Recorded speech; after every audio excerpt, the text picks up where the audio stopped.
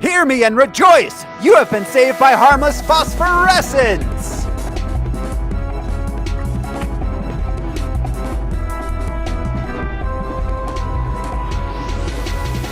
Hello, everyone! This is Throw Smiley. I'm from space, and I came here to steal a necklace from a wizard. Who's joining me this week? I'm Josh CC, and my Ben & Jerry's flavor is chocolate-covered cheese. I don't want another single pop culture reference out of you for the rest of the trip. You understand? I'm Brian Lash. Oh. I'm like a pirate had a baby with an angel.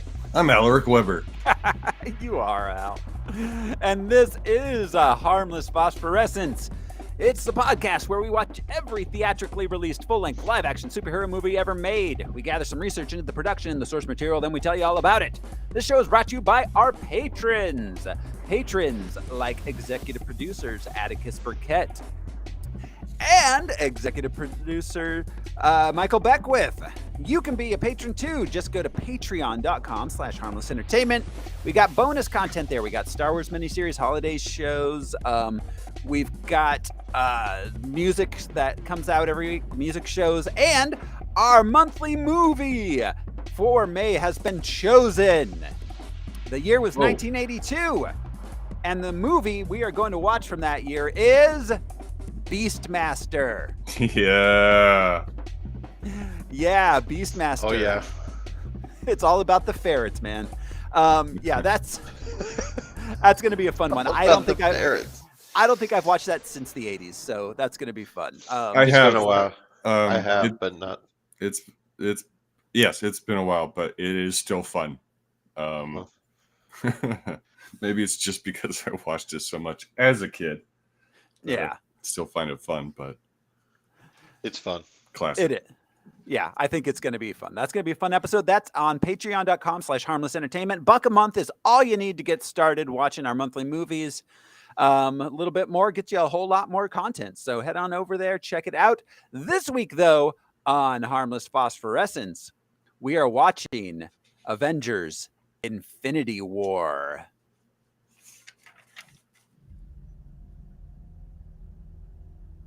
There was an idea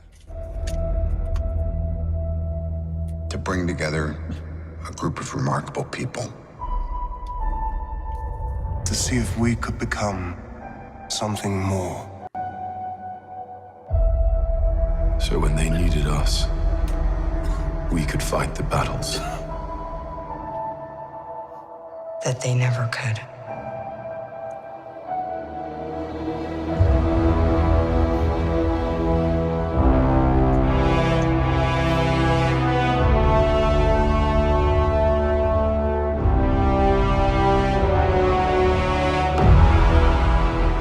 In time, you will know what it's like to lose. To feel so desperately that you're right, yet to fail all the same.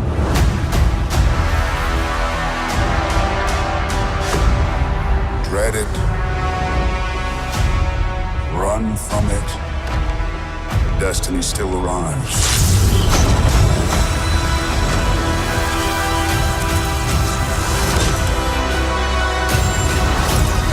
Evacuate the city.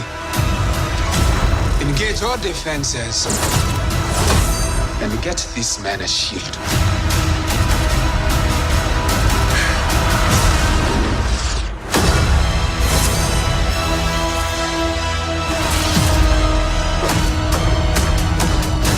Fun isn't something one considers when balancing the universe.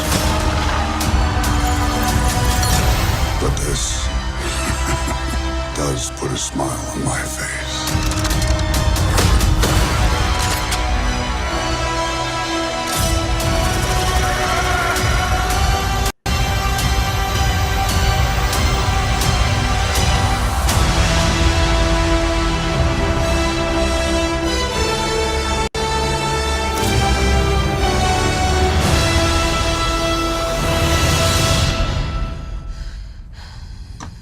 Who the hell are you guys? Infinity War. Hot dog. I like right I want to point out right off the gate that they were lying to us in that trailer about Oh, the yeah, number of man. Infinity Stones in the Gauntlet, about Hulk being in Wakanda, all sorts of stuff. Yeah. So, all right, Infinity War was released April 27th, 2018. It had a running time of 149 minutes. It cost $400 million to make and promote.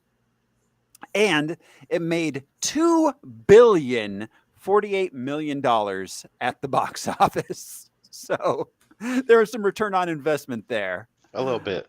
Yeah. I right off the bat want to say that I love this movie. It's one of my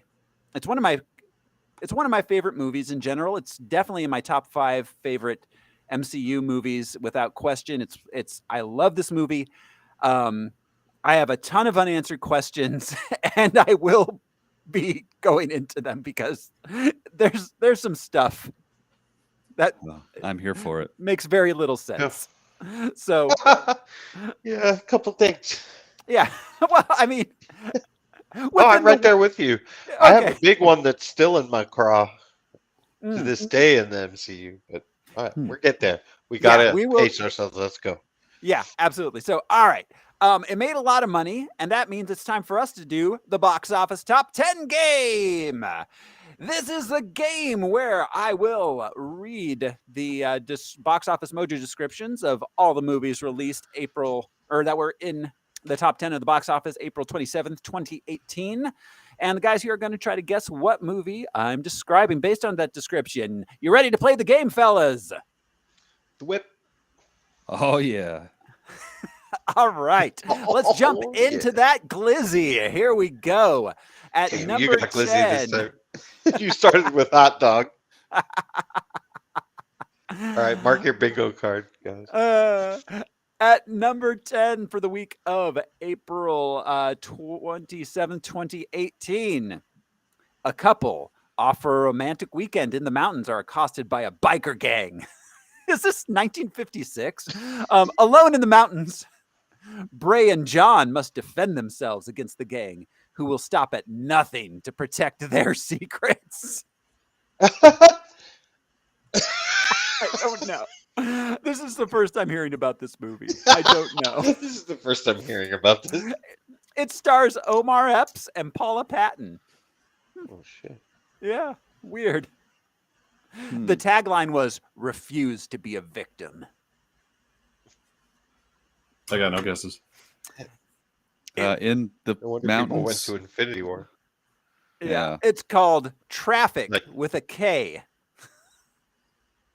Oh. Traffik. Did they stumble Traffic. upon some bikers who were trafficking something? I would assume so. Yeah. Context. All right, yeah. Yeah. Okay. At number 9 at the box office this week. When the creator of a technology dies, he makes a challenge to the users to find a hidden prize, which will give them fortune and control of his company. Stan Lee's No Ready. Prize, the film. Ready Player One. Yeah, Ready Player One. Steven Spielberg. Yep. You better go. Yeah, that I read the book. I actually okay. haven't seen the film yet, but I read the book. It was Oh. fine. I don't know. It read like a really in-depth like Reddit post. Yeah. Honestly. It has an incredible shining sequence in it, the film. I haven't read the book, but it is one of my favorite reinterpretations of the Overlook. Yeah, that's interesting. I really want to get around to it someday. If we ever get to 2018 on the monthly movie, that's probably going to be my Yeah. nomination because Yeah. I haven't seen it and it looks crazy and the book was fun. So, all right, that is number 9. Number 8 on our box office top 10 game. 3 parents try to stop their daughters from losing their virginity on prom night. I assume it's called Prom Night. It's not. No. Boner Killer 3: The Legend of Dong Slayer. The glizzy returns. Is it like Dad's gun on the table? So Yeah. it looks like HPV. we got Mark Wahlberg and John Cena in the lead Oh here. my and- god, that's I too remember- much. One or the other. That's Yeah. too much. I remember this trailer, but I don't remember the name. Called It's Health it's Class. called Blockers.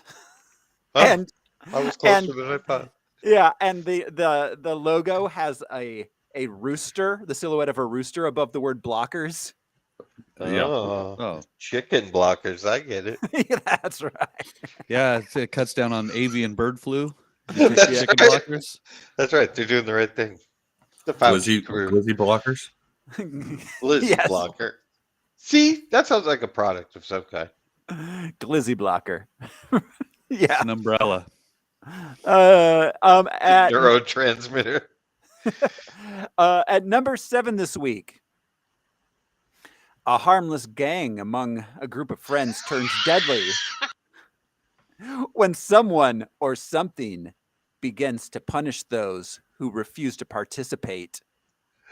I'm sorry. Are you called a gang if you're harmless? Are you not Yeah. an organization or a charter of some kind, like the Boy Scouts or whatever? No, it was a harmless game, not a harmless gang. Oh. They're gang. Oh, Harmless, Yeah, I heard a gang harmless, too. no, a harmless game among Okay. friends turns deadly when someone or something begins to punish those who refuse to participate.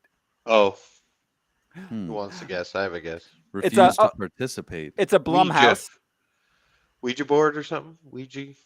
No, but it's kind All of right. like it's kind of like Candyland, the movie? think of a game that doesn't require any sort of board or equipment. Twister. Bloody No. Mary. No, That's that a board and a spin dial. yeah, Bloody Mary. Uh. Not, I mean, your guys are getting there. Truth or Dare. Yes, it's Truth or Dare. Blumhouse's Truth That is or not Dare. harmless. No, I bet it's- babies were made. Because of truth. yeah, Truth or Dare is wild. When you're like Potentially. when you're 13 years old and like Oh yeah. all the Yeah, it's like truth. I don't know a lot. yeah. Dare. I'm terrified. Yes. right. I love the dares that are always like, I dare you to eat dog food. And it's like, that's not what this game's for, asshole. I know exactly. The gross out kid. We've got a co-ed group of like preteens here. You know what we're about. Come I know. on. Could you really? All right. Yeah. Dare me to feed her dog. Yeah, do dog food shots out of her navel. What? Dog food shots. Spring break. All right. At number 6 this week. Ooh, dog. When bless my glizzy. When a border dispute arises between the U.S. and Canada, a group of law enforcement are tasked with establishing a station in the disputed area. What? This sounds like a comedy. Yeah. It is a sequel to a comedy classic. Oh, classic. Okay. Ghostbusters Classic. Go North. No, I say classic, Alice. I think you're Oh, probably okay. thinking too far back. Okay. Like I'd say modern classic or a cult classic. So I'm thinking of that one where John Candy. Canadian Bacon. Yeah, no, definitely not that one. Okay. That was a Michael Moore movie, actually. His Yeah. only fiction. It's Yeah. pretty good. This is it is. This is a sequel. It's a group of people that make movies together. Is this an Adam Sandler production? No. It's a group of people that make good movies together. Generally good, not always. Was it the makers of Super Troopers? Yeah. Oh, Broken Lizard. Oh, That this would make is this movie Oh, Super Super Troopers Troopers 2. Super Troopers 2. Yep. you got it. 2018. I feel like that was more recent. Oh fuck. Well, 2018 was 2 years time. ago, right?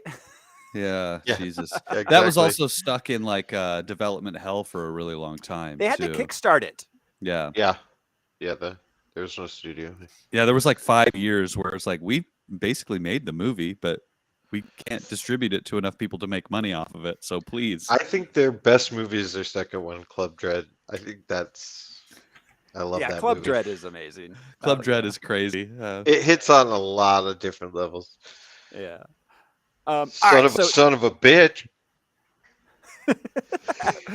at number 5 for the box office of April 27, 2018, an African prince is sent into exile by a relative who takes over his throne, Black Panther or the Lion King. or the Lion King. Yeah. The Huey P. Newton story, or the Yeah, it's Black Panther. Still like at number 5 still. Like I wonder if it got a bump because of this. Like if people saw it that week hmm. in anticipation of Infinity War. Like, I want to sit in the movie theater for 5 hours. Yep. Wait, no. I am one of those no, people. It dropped from last week. Last week it was at number 3. So Wow, interesting. yeah. Well, I mean, it's competing against itself almost at that point, competing with. Well, Infinity yeah. War. I mean, Yeah, and there's no competition. it also made over $1 billion itself. So Yeah. 2018 was a good year for Disney. Anyways, Can you think of one that wasn't though? Yeah, right. Since Snow White. Yeah. Well, No, I I'm mean, kidding. In the mid '80s, and yeah, that's yeah, true. the mid 70s to the mid 80s were pretty rough, but you know, But I think they stayed afloat. yeah, Oh, they, yeah. they made it. So I just thought since we were talking about it, I just thought I'd mention again that Black Panther came out in February, and this was April. yeah, it's in its 11th week at this point, which is staying power you don't see very often anymore. Sure. Yeah. In and out. But what's So, wild, and we won't go on that tangent, but we were talking about DeSantis and wanting to dissolve Disney World. This movie made more money than that civic debt, municipal debt that they own. Yes, exactly. That's hilarious. They had 2 movies in 2018 that both made more money than that. Yeah. Florida needs Florida its own still can't cinematic do it. universe. Right. They do. It's called Reddit. 4chan. So, all right. At number 4 this week, when 3 different animals become infected with a dangerous pathogen, a primatologist and a geneticist team up to stop them. Madagascar 4. Planet of the Apes with James or Dave Franco? No? Nope. No, that was like 2014 or something, the first one. Apes are popping. There is an ape, but there's not just an ape. Glizzy This is gorillas a in the video mess. game. This is a video game movie. Oh, Rampage. Rampage. Oh, that's right, with The Rock. The Rock. Yeah, Yeah. Mr. The Rock. Yes. Yeah. At number 3 this week. Oh, this is some counter programming. A woman struggling with insecurity wakes from a fall, believing she is the most beautiful and capable woman on the planet. Her new confidence empowers her to live fearlessly. But what happens when she realizes her appearance never changed? So fucking sick. Is this Rebel Wilson? Nope. Yeah, Amy is it- Schumer. Amy Schumer.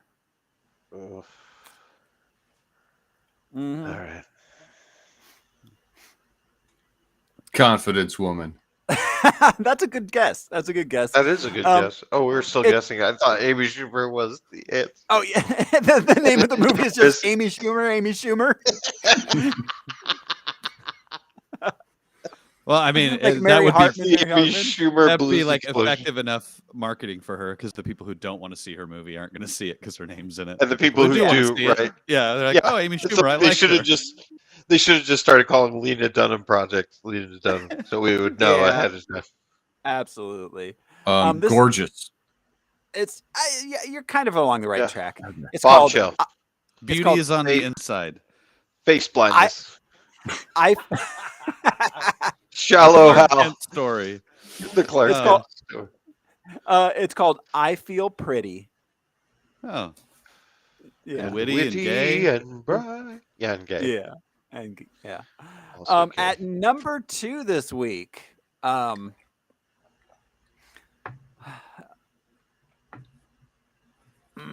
a post-apocalyptic world, a family hides from monsters.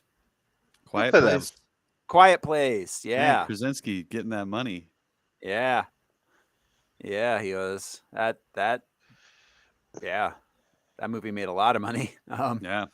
There's, I guess, a prequel coming or prequel series or something.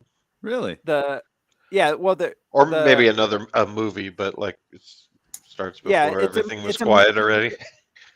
Yeah. Well, there is one, and I think does take place prior to the first movie. So, yeah. And at number 1, a man collects jewelry.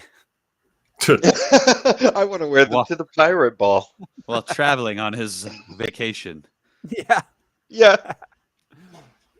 Yeah, Infinity War is number 1, of course. That does it for the box office top 10 game this week, which means it's time for us to look at the comic book background of the Avengers Infinity War. Al, what your heart, do you Al. have to tell us about this movie and the things that are in it that are related to comic books?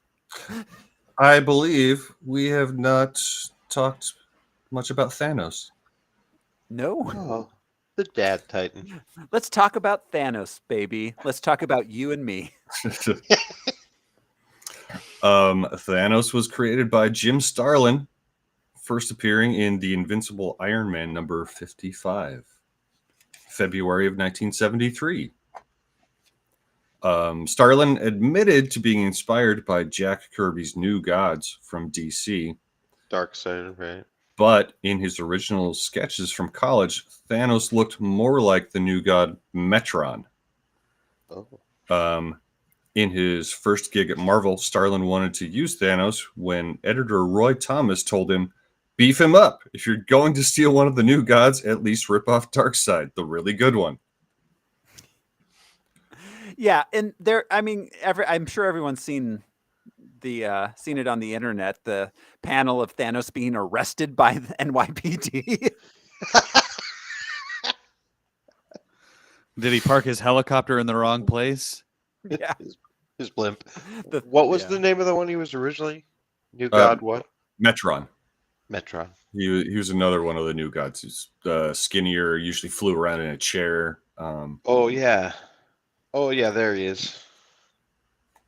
So let's see. Thanos was born on Titan, one of Saturn's moons, and he's the son of Eternals Alars and Suisan, brother to Eros, aka Star Fox. Thanos carried the gene of the Deviants, the cousin race to the Eternals.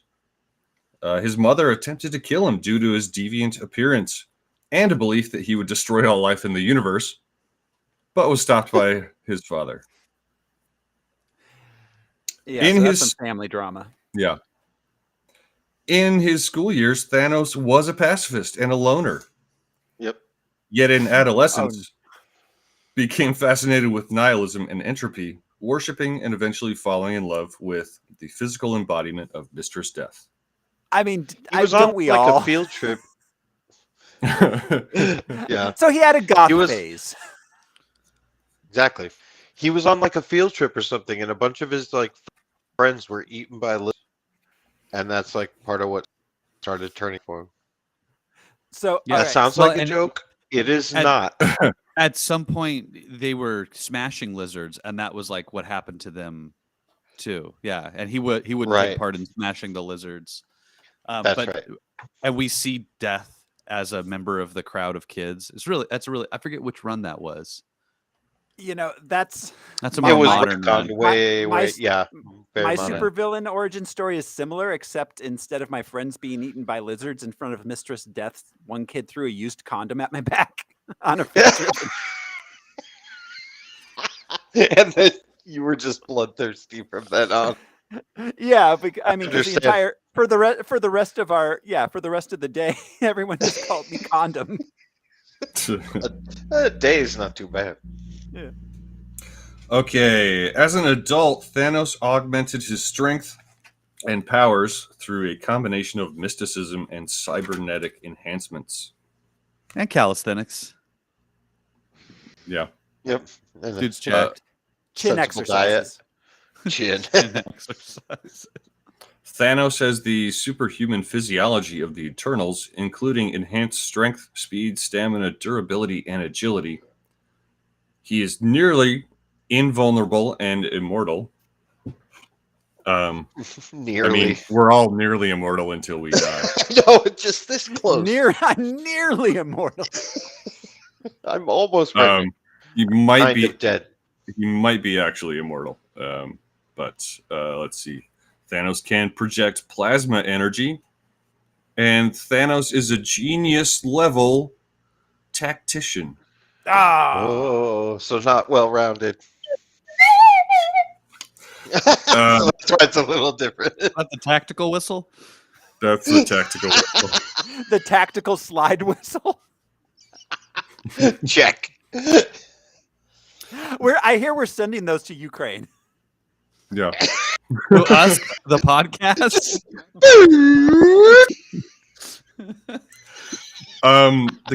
The character's best known role came in the 1991 storyline, The Infinity Gauntlet, the culmination of several previous story arcs, which saw Thanos successfully assembling the 6 Infinity Gems into a single gauntlet, granting him omnipotence, using them to kill half the population of the universe, all in an effort to earn the affection of Mistress Death.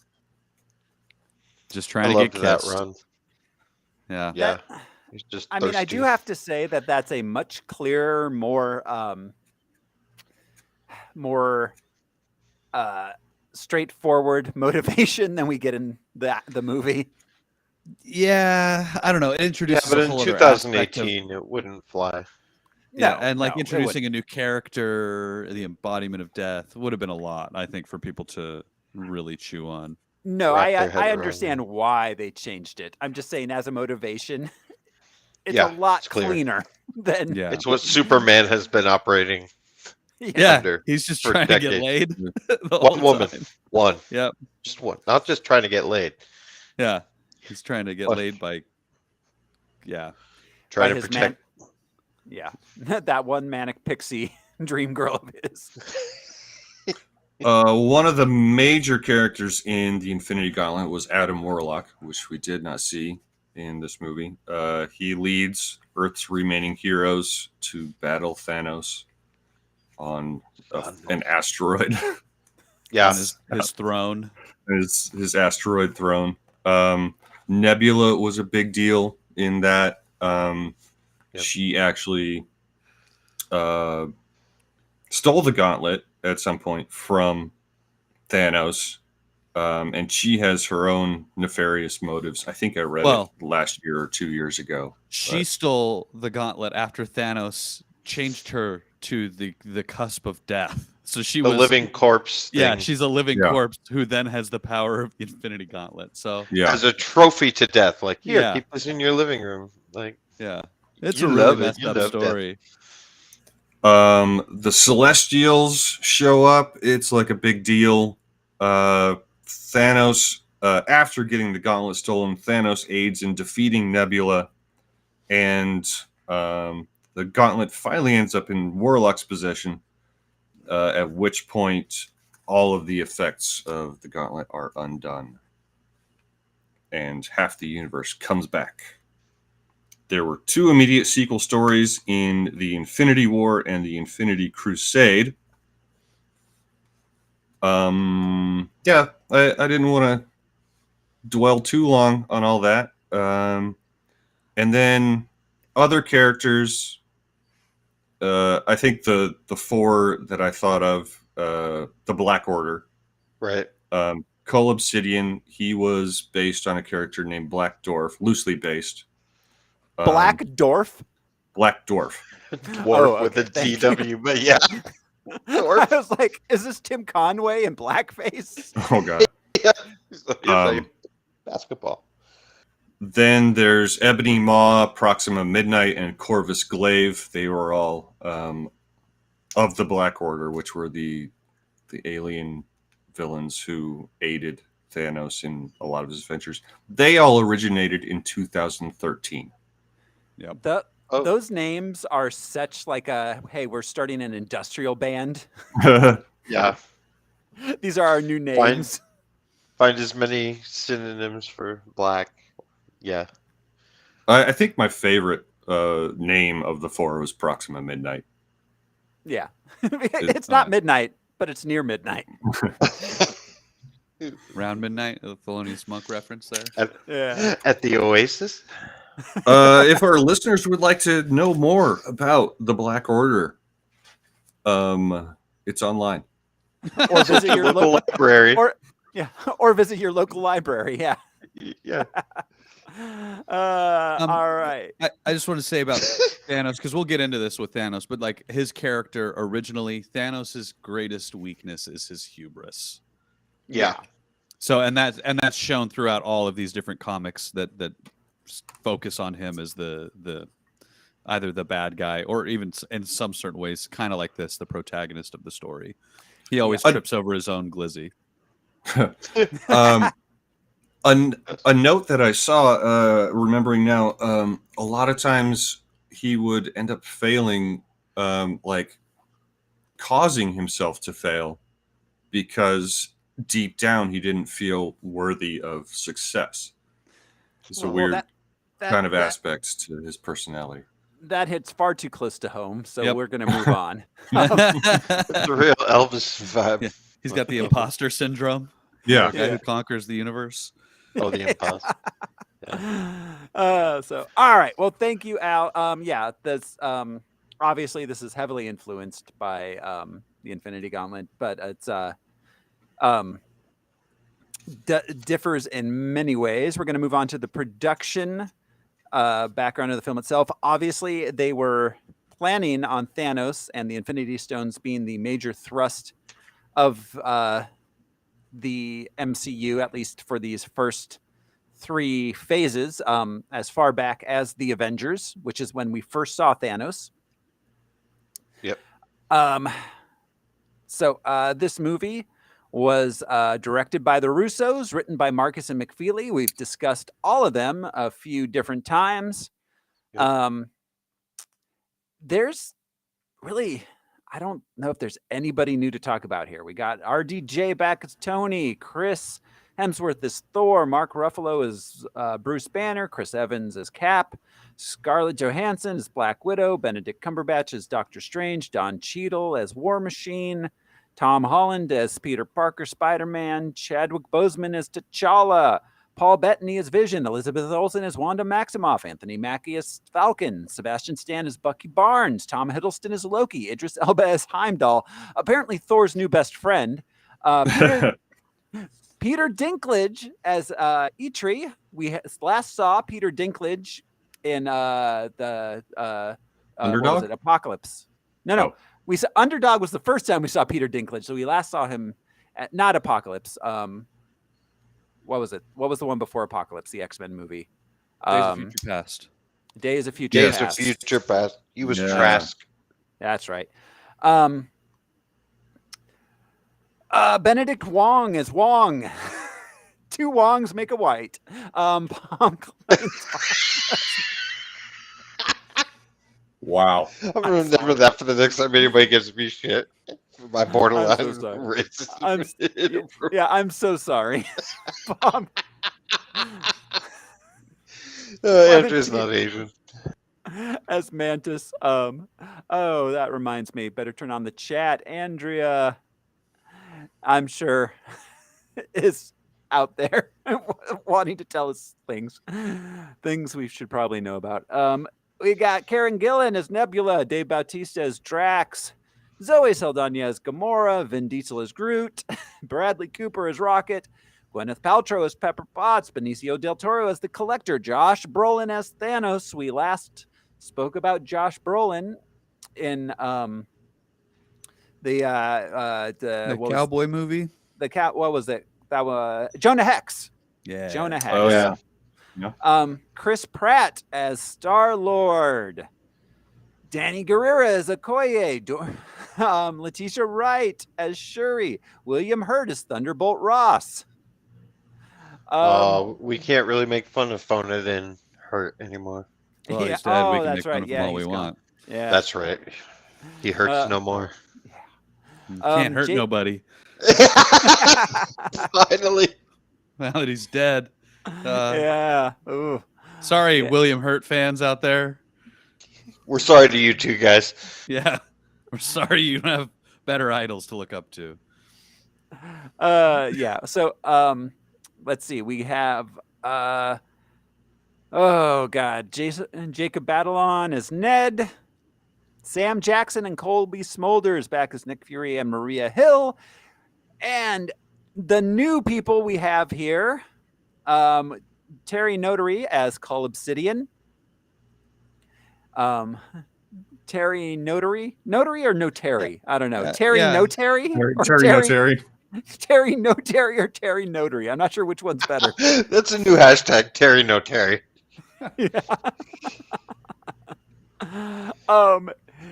He does a lot of like stunt stuff and mocap work. He's in Avatar and Transformers.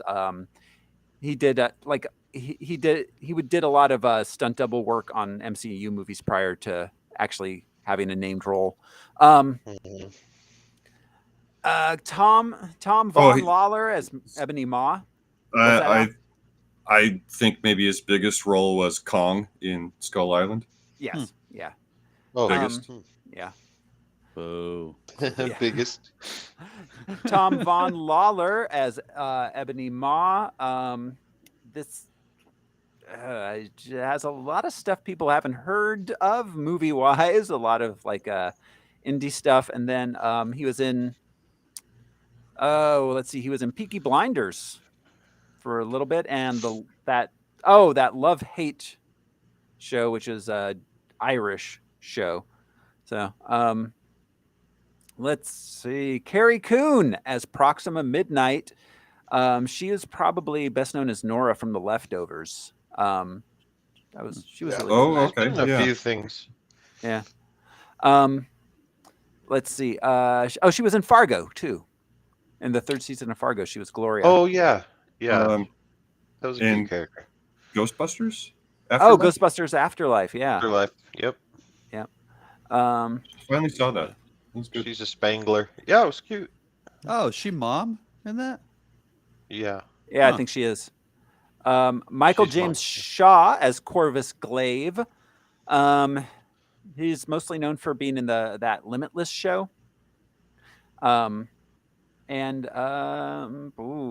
Limitless. That was his biggest thing he was in. He was on The Walking Dead for a little while. So, He was on 3 episodes of the Constantine TV series. okay. Just as another superhero cred. There's another Walking Dead alum in this who plays what's his face? Red Skull. Yeah, that's right. Oh. And as Red Skull, They recast.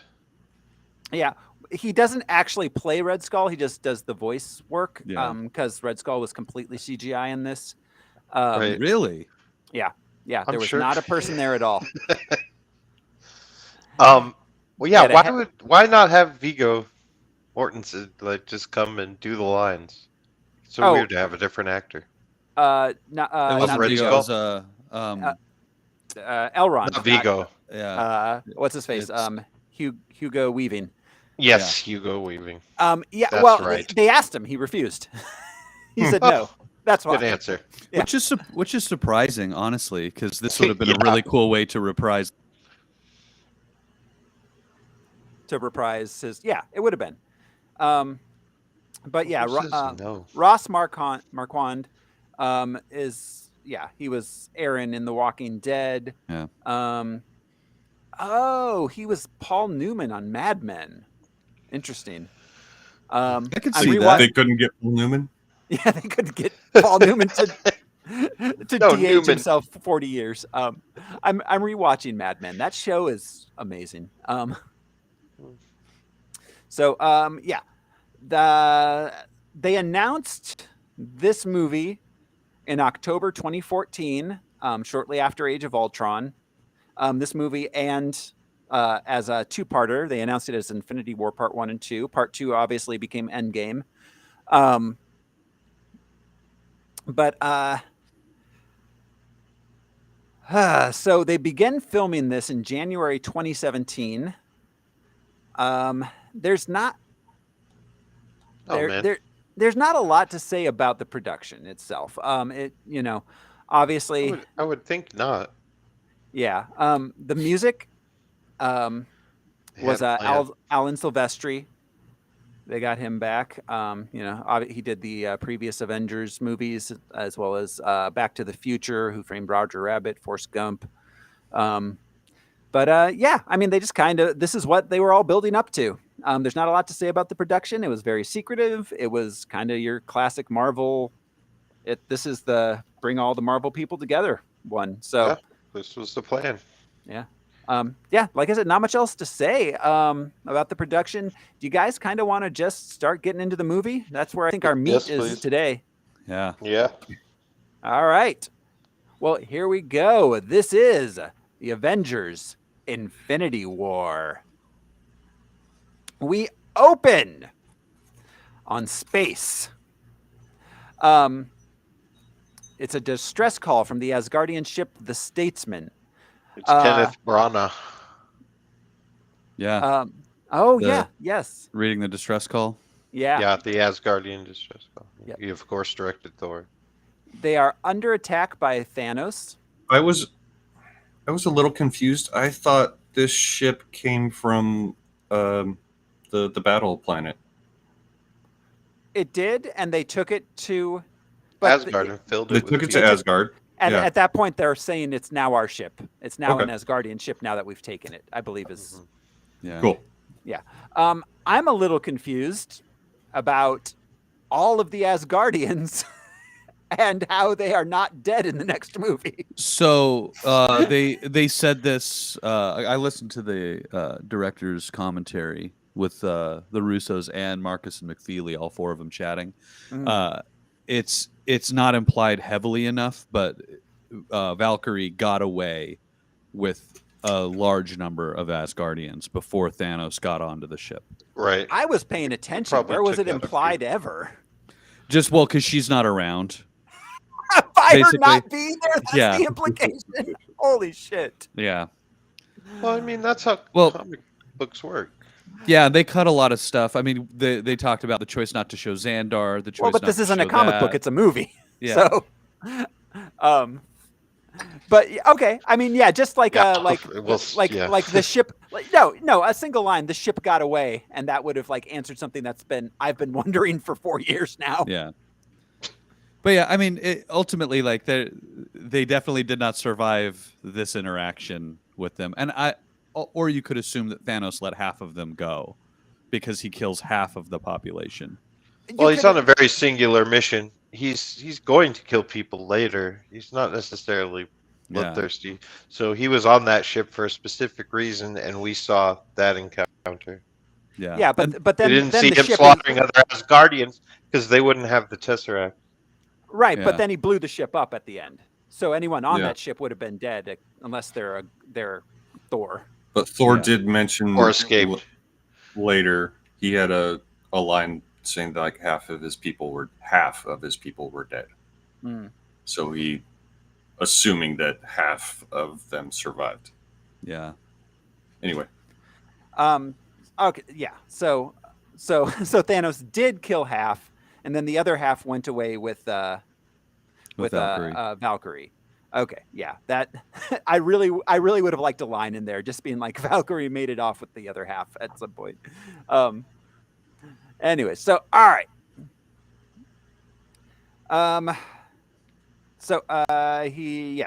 Thor and Loki have been subdued by Thanos, who we see has the Power Stone. He wants the Tesseract from Loki, who took it from Asgard when they were leaving. Hulk attacks Thanos at this point and is beaten. Heimdall summons the Rainbow Bridge, sends Bruce back to Earth. Thanos kills Heimdall, who apparently is now Thor's best friend. Who was his best friend before? Oh, Or who yeah, was I'm his sorry, best friend before? the Bifrost. I don't know, but they refer to Heimdall as his best friend a couple times in this, and I was like, really? I Oh. didn't see a lot between those guys. Now that the Warriors Oh, 3 are dead, It's like Heimdall moved up in the ranks. yeah. They've shared. I don't know. Well, he does know the most about his personal life. He knows more about Thor than any of the other Asgardians do because he's constantly Yeah, watching as it. far as power Right. that Asgardians possess. Yeah. Yeah. Well, and But, that's yeah, I'm another sure thing he had too. a Kevin. We all had a Kevin at some point. Sure. Yeah. That's another question I have about Heimdall. Is he's his whole thing is he can see anything. He sees stuff. He sees stuff far away. He sees a lot of stuff. That's Heimdall's thing. He sees things. Yeah. How the fuck did Thanos' ship just appear above them without Heimdall seeing it? I think that He may have Heimdall's seen it. well, I think Heimdall's powers are limited to the 9 realms. So the Okay. moment that Wait, Thor, what question well, are you answering? How did, well, like, did he why- not see a ship? Maybe Yeah. he did. yeah, and maybe he did, but I think that his well, ability to see far and Think wide about is like conquering. tied to the He's Yggdrasil not sneaking. thing, you know. Well, because at the end of Thor Ragnarok, it just appeared above them, basically. So, like, Yeah. like he didn't, like I'm saying, like him being Heimdall, they'd been like, hey, there's a ship coming. It'll be here in 2 hours. Like, Well, and maybe they Thank jumped God out of hyperspace These or something. lines are not in. All right. Yeah. Well, and I think that's why they chose not to show a lot of this stuff is because it's better just to have the like we're in it. Yeah, It's this too is late, boring. you know. And there's a lot Yeah. to say. Yeah. yeah, These are no prize good point. questions though. You Yeah. win a no prize for asking them. So all right, They don't affect anything. yeah. Yeah. Heimdall gets the Bifrost, sends Bruce to Earth. Thanos kills Heimdall. He gets the Tesseract. Loki tries to trick Thanos and then stab him, but Thanos kills Loki, then uses his Infinity Gauntlet to go back to his own ship with his crew and destroys the Asgardian ship completely. Well, and we get Thanos gives Loki the option: the stone or your brother's head. Mm-hmm. And we get this emotional moment from Loki where he goes like, "Kill away," and then he breaks under the pressure of like watching his brother be murdered in front of him. He's come a Yeah. long way. He really has. Well, because then there's that moment where he's like, "You really are the worst, brother," Yeah. and you don't know if he's saying it because he revealed having the Tesseract or that he stole the Tesseract in the first. You know what I mean? Yeah. Like you're the worst for taking it. Maybe not that. Maybe you're the worst for fucking. Let him hurt me a little bit. I read it as him taking it. He's like, dude, you should have. I left did that too, there." but you could read it. Yeah. Yeah. I mean, if he left it, maybe it would have been destroyed in Asgard. Maybe it's powerful That's the enough. It would point. have just been That's what floating Thor in said. space. Yeah. But one last question I have about this. So when he says we have a Hulk, it seems like that's the first time Hulk's showing up to fight Thanos. Why wasn't he helping Loki and Thor Yeah. fight Thanos when Thanos first boarded the ship and the battle that was off screen clearly happened? Because they had to take him by surprise. Yeah. So No. we'll let Thanos beat us a lot, and then Hulk will jump out. Yeah. Yeah. This is gonna be a long one, man. I said I had a lot of questions. Ultimately, my Yes, question you is: have we ever seen the Hulk hide? Yeah, right? Yeah, where was he hiding? Yeah, He was right behind the camera. How do you convince him to hide? Hey, man, can you just wait? Like, no, smash would be the answer. Yeah. I didn't realize we were gonna have questions like, "Where is Hulk hiding?" Well, out it's of not just frame. that. It just doesn't make any sense that Hulk wouldn't have been fighting Makes them. any sense? Yeah, it doesn't. Within the structure of this, I know obviously magic gloves don't make sense, but we've bought into that concept. The concept of like, why aren't they fighting Thanos with Hulk also helping? It's Well, just like a screenwriting thing. He was in the bathroom. Okay. He does help. What are you talking about? If there was no scene and the Hulk didn't show up at all, then your question would be valid. But we're watching. So you're talking about storytelling? Yeah, we Absolutely. We okay, see no. this encounter, then we see this encounter, and then No. the stakes are raised, and we see that encounter. So you're telling me you We don't want... open with Thanos having beaten Thor and Loki already. Where was Hulk while he was beating Thor and Loki? Why wasn't Hulk helping them? Why does that have it? Okay, you're right. Yeah, you're right. That's poor storytelling. Start I with don't know if all it's the cards poor on the table. You're right. All the cards on the table. That's always the Dude. way to go. He was That's how you battling- start a movie. Everything. He was battling on another part of the ship, and he finally got to the bridge. Okay, that's an answer I'll accept. Yeah, covering the exit of It's the no other more fucking valid than Asgardians or any something. other. Yeah, Well, just Al just made that up. yeah. Yeah, that's fine. It's all made up as long as there's something that actually explains it. That's the whole Explains point. Is what, it doesn't make bro? any sense without an Explains what? explanation. Well, you know what though? Because the story's not about disagree it's wholeheartedly. not about the Avengers. It's about Thanos, and from Thanos' perspective, he just wasn't around for that part of the conflict. All right, so then Bruce arrives on Earth via Bifrost. He crashes into the Sanctum, where Wong and Doctor Strange are about to go get a tuna melt. He tells them Thanos is coming. This is the classic Silver Surfer line from Infinity Gauntlet. He literally hits the stairs in the same way. Oh. It's kind of neat. You see the shot of him looking up at them too. Yeah. Yeah. Yeah, the moments The few shots they replicate exactly in this movie. It's incredible to see it. Drax and Nebula being the biggest example. Oh yeah, man. I love that shot. So, all right, then we get our title sequence. We cut to Tony and Pepper in Central Park. They're back together. That happened off screen in between Civil War and this. How did it happen though? Yeah. Yeah. How did it happen? Where was their love hiding? Well, no. In the bathroom. In the bathroom. You did. It happened off screen. You were totally fine. It happened off screen, but Hulk didn't. It's a different Let's move thing. on. We got to move on with our lives. I just didn't know. I didn't know that was going to be the approach. Now I know. That I was won't going to be make the another approach joke. that I won't an make another internal joke. illogical inconsistency wouldn't be. That every okay. Holy fuck! I can't believe when this happens. Keep going, please. You can't believe when this happens. I can't believe when you're just like, it's movies. Who fucking cares? That's the You whole can't believe that because you use it sometimes. You when just did. when Go something. ahead. All right, what the fuck ever. Here we go.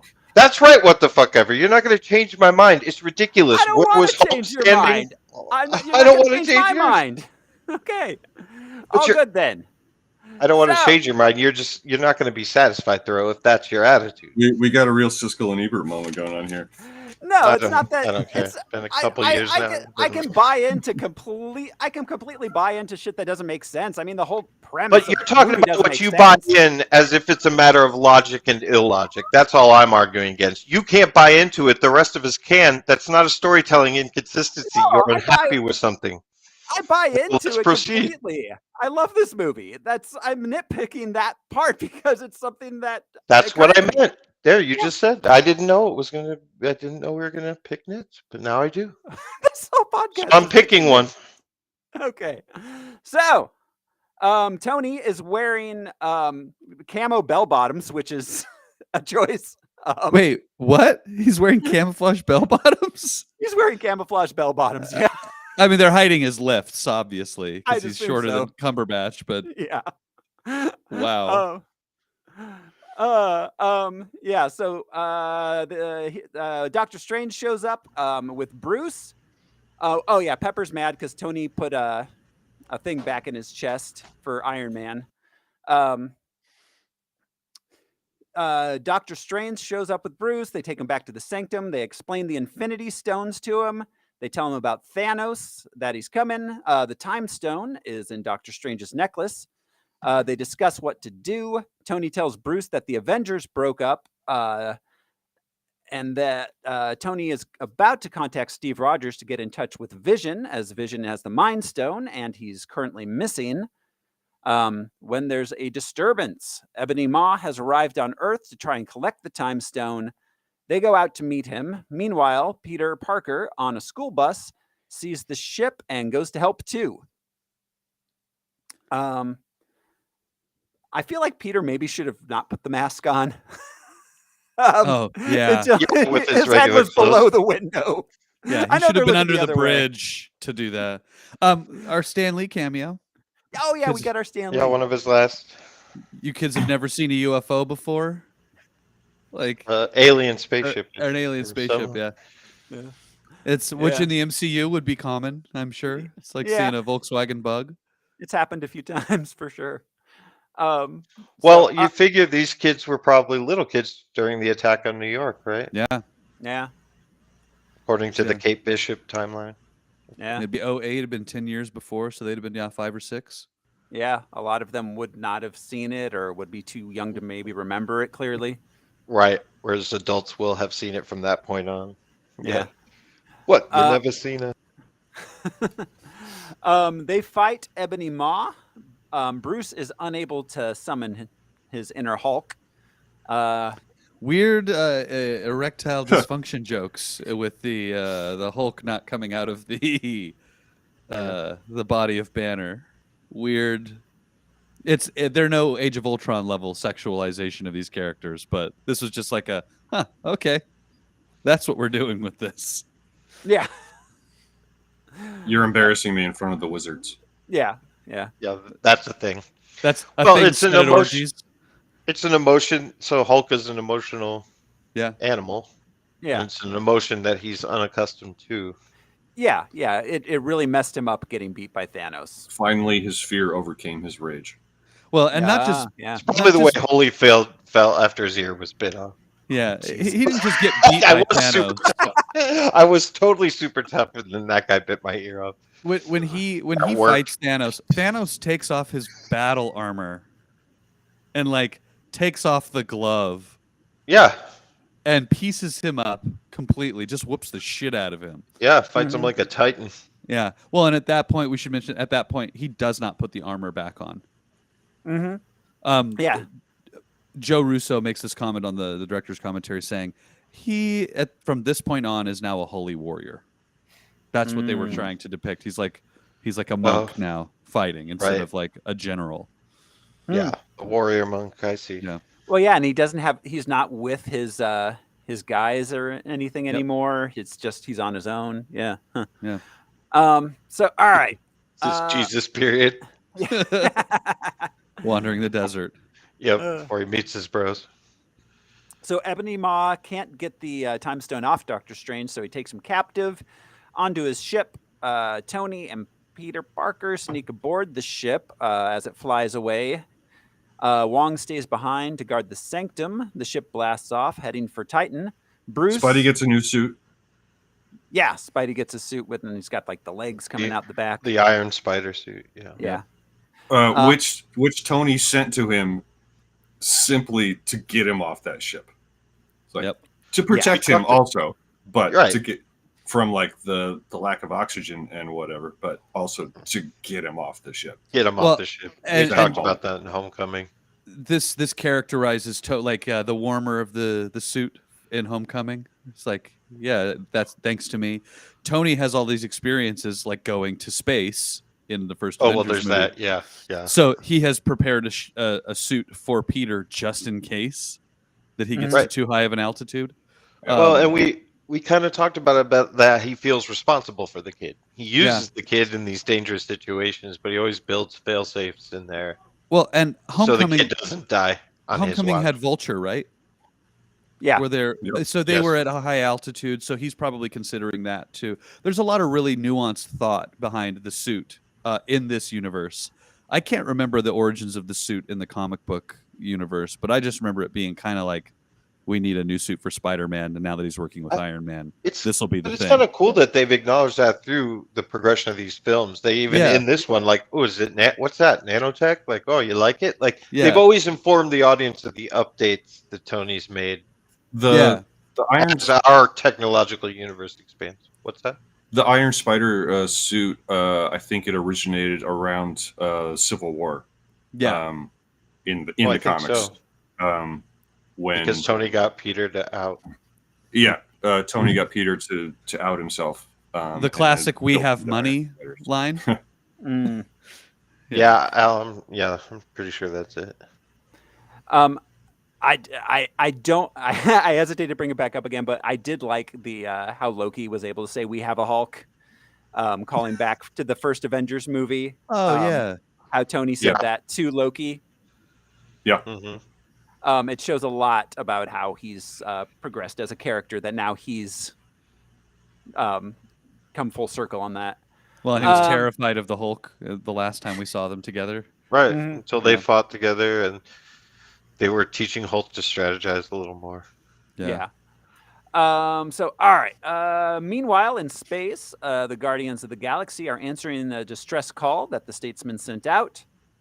They find the wreckage and Thor floating in it, still alive. I gotta say, the Rubber Band is a great song to fly through space to. Oh yeah. Yeah, Yeah. I'd say so. Well, and we Uh, see all of the Guardians know the words. Well, I mean, except for Drax, who is asleep, obviously. But they know the words to this song. Like to see Gamora singing the words to Rubber Yeah. Band Man, it shows without telling how much time they've spent together doing just this. Yeah. Listening to those 2 mixtapes. Yeah. I was Well, gonna say- no. This is the Zune. Oh, that's right. Yeah. Like what, 150 songs or something Yeah. like that? They said. That's Yeah. right. So, and I'm sure that there are favorites on that list because who knows whose Zune that was. Right. No, But- yeah. It's a good point, though. Um, But back in the day on road trips, we only had the music that we They- brought. They Yeah. kicked over the Taylor Swift. It's not their jam. yeah. I don't know Yeah. why Taylor Swift should be everybody's jam. And the entire audiobook of The Secret was on there. It's like, God. the whole gig itself. like in the Key and Peele, where it's his own personal notes to self. I have gone beyond the mere dimension. Yeah. Yeah, That's good. brief production note: they brought on James Gunn to consult and help with the dialogue and character development of the Guardians, and Taika Waititi with Thor, because this was Awesome. filming partly concurrently with Thor Ragnarok, and so when Chris Evans showed up on set, he basically told the Russos like, "Hey, you guys need to talk with Taika because what we're doing is very different than what we were doing before." Cool. Joe Russo made this comment about Chris Hemsworth acting. He's like, we didn't know coming into this how good of an actor he was. Yeah. But the breadth of the humor and the tragedy that he plays as Thor, Yeah. really, Strongest really character shows. arc in the universe. Yeah. I And think. speaking of the James Gunn thing, the color palette of this movie is very bright compared to Civil War, which was that gray Marvel palette that everything had been. Sokovia. Yeah. But they decided not to do that because they had to have all these characters look right. Yeah. So yeah. they sacrificed the Avengers look for the Guardians and Ragnarok look, which is kind of I think it was a huge improvement and a real Yeah. step forward, I think. Oh yeah. Well, and I mean, when the villain is purple, it makes it really easy to And think the like, gems. yeah, it's going to be too bright. He's going to be too purplish. Like the gems are going to be too comic booky. They nailed it, man. The They look did, yeah. of all these things. Absolutely. So, all right. They rescue Thor from the wreckage. He's still alive. They take him on board. He wakes up and tells them about Thanos. I love all of the Thor, Peter All Quill of it. rivalry stuff. It's so fun. Well, even before he's awake, the angel and the pirate Yeah. and the Gamora always is some- holding his arm. His in every bicep. sci-fi universe, there's a kind of steel that's made somewhere else, and it's really, really well made. Every universe, it's always mentioned like, Well, the and fibers, I love cartony fibers. the like almost Gucci. fourth wall breaking of the. I'm not fat. He's like, you're one sandwich away from fat. Because what's his face, the actor Chris Pratt, very much has said like, it's really hard for me to slim down to play these roles, man. Like getting to look like that is a lot of work. Yeah, he Yeah. has said. You know, he's not Hemsworth. He's not in the gym 7 days a week. Yeah. Well, he's does not it for- already starting with that Yeah, he's not. He was Australian surfer body. lean in the beginning. Yeah. Hemsworth kept himself lean. Like Pratt had to started from Andy Dwyer. I was going to say Andy Dwyer was never required to meet a physical standard. Yeah. But almost fourth wall breaking. The Asgardians of the Galaxy is almost too perfect. So that's like the phrase. So all right. He figures out Thanos is going to go after the Reality Stone, which the Collector has on Nowhere. He decides to go to Nidavellir to get a new weapon to fight Thanos with. Rocket and Groot are going to go with him. Peter, Gamora, Drax, and Mantis are going to go to Nowhere to find Thanos. Thor speaks Groot. Yeah, it was an elective. Yeah. Beautiful. They said there were a few lines that got put in that were just one-offs that Taika just improv'd in a room when they were just talking about characters, and that's apparently one of them. Groot was an elective. He's It makes a comedic sense, though. genius. Well, but Groot's people or their race is a ancient magical tree. Like, what better thing to have the Asgardians be aware of? Yeah, that's true. Yeah. Yeah. Well, and their race. And they've said Groot's the last of his species, right? They've said that a few times. Yeah, I don't know how that works though, because right? you could just clone them, you know? Right. He can regrow. Yeah. Over and over and over. That's a good point. That's a great paradox. Yeah. Yeah. Don't you think that Groot would be like, oh, it's kind of my responsibility to shave off some flakes into a field, come back every couple of years. Well, he seems not even in control of that. Like you said, as long as you have a piece of Groot, you can grow the sentient Groot. Yeah. Interesting. Yeah. Yeah, that's one of these things. That's the question. Yeah, and I'm with you. All right. Yeah, we found one we're on together. Good. So, all right, we cut to Wanda and Vision. Vision looks like Paul Bettany now. They're chilling out. She's tired of doing it with that.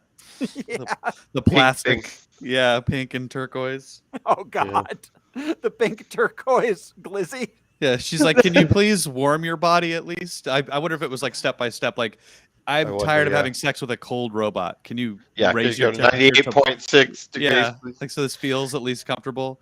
Can you make the bottom half of you skin toned? Maybe the mid half.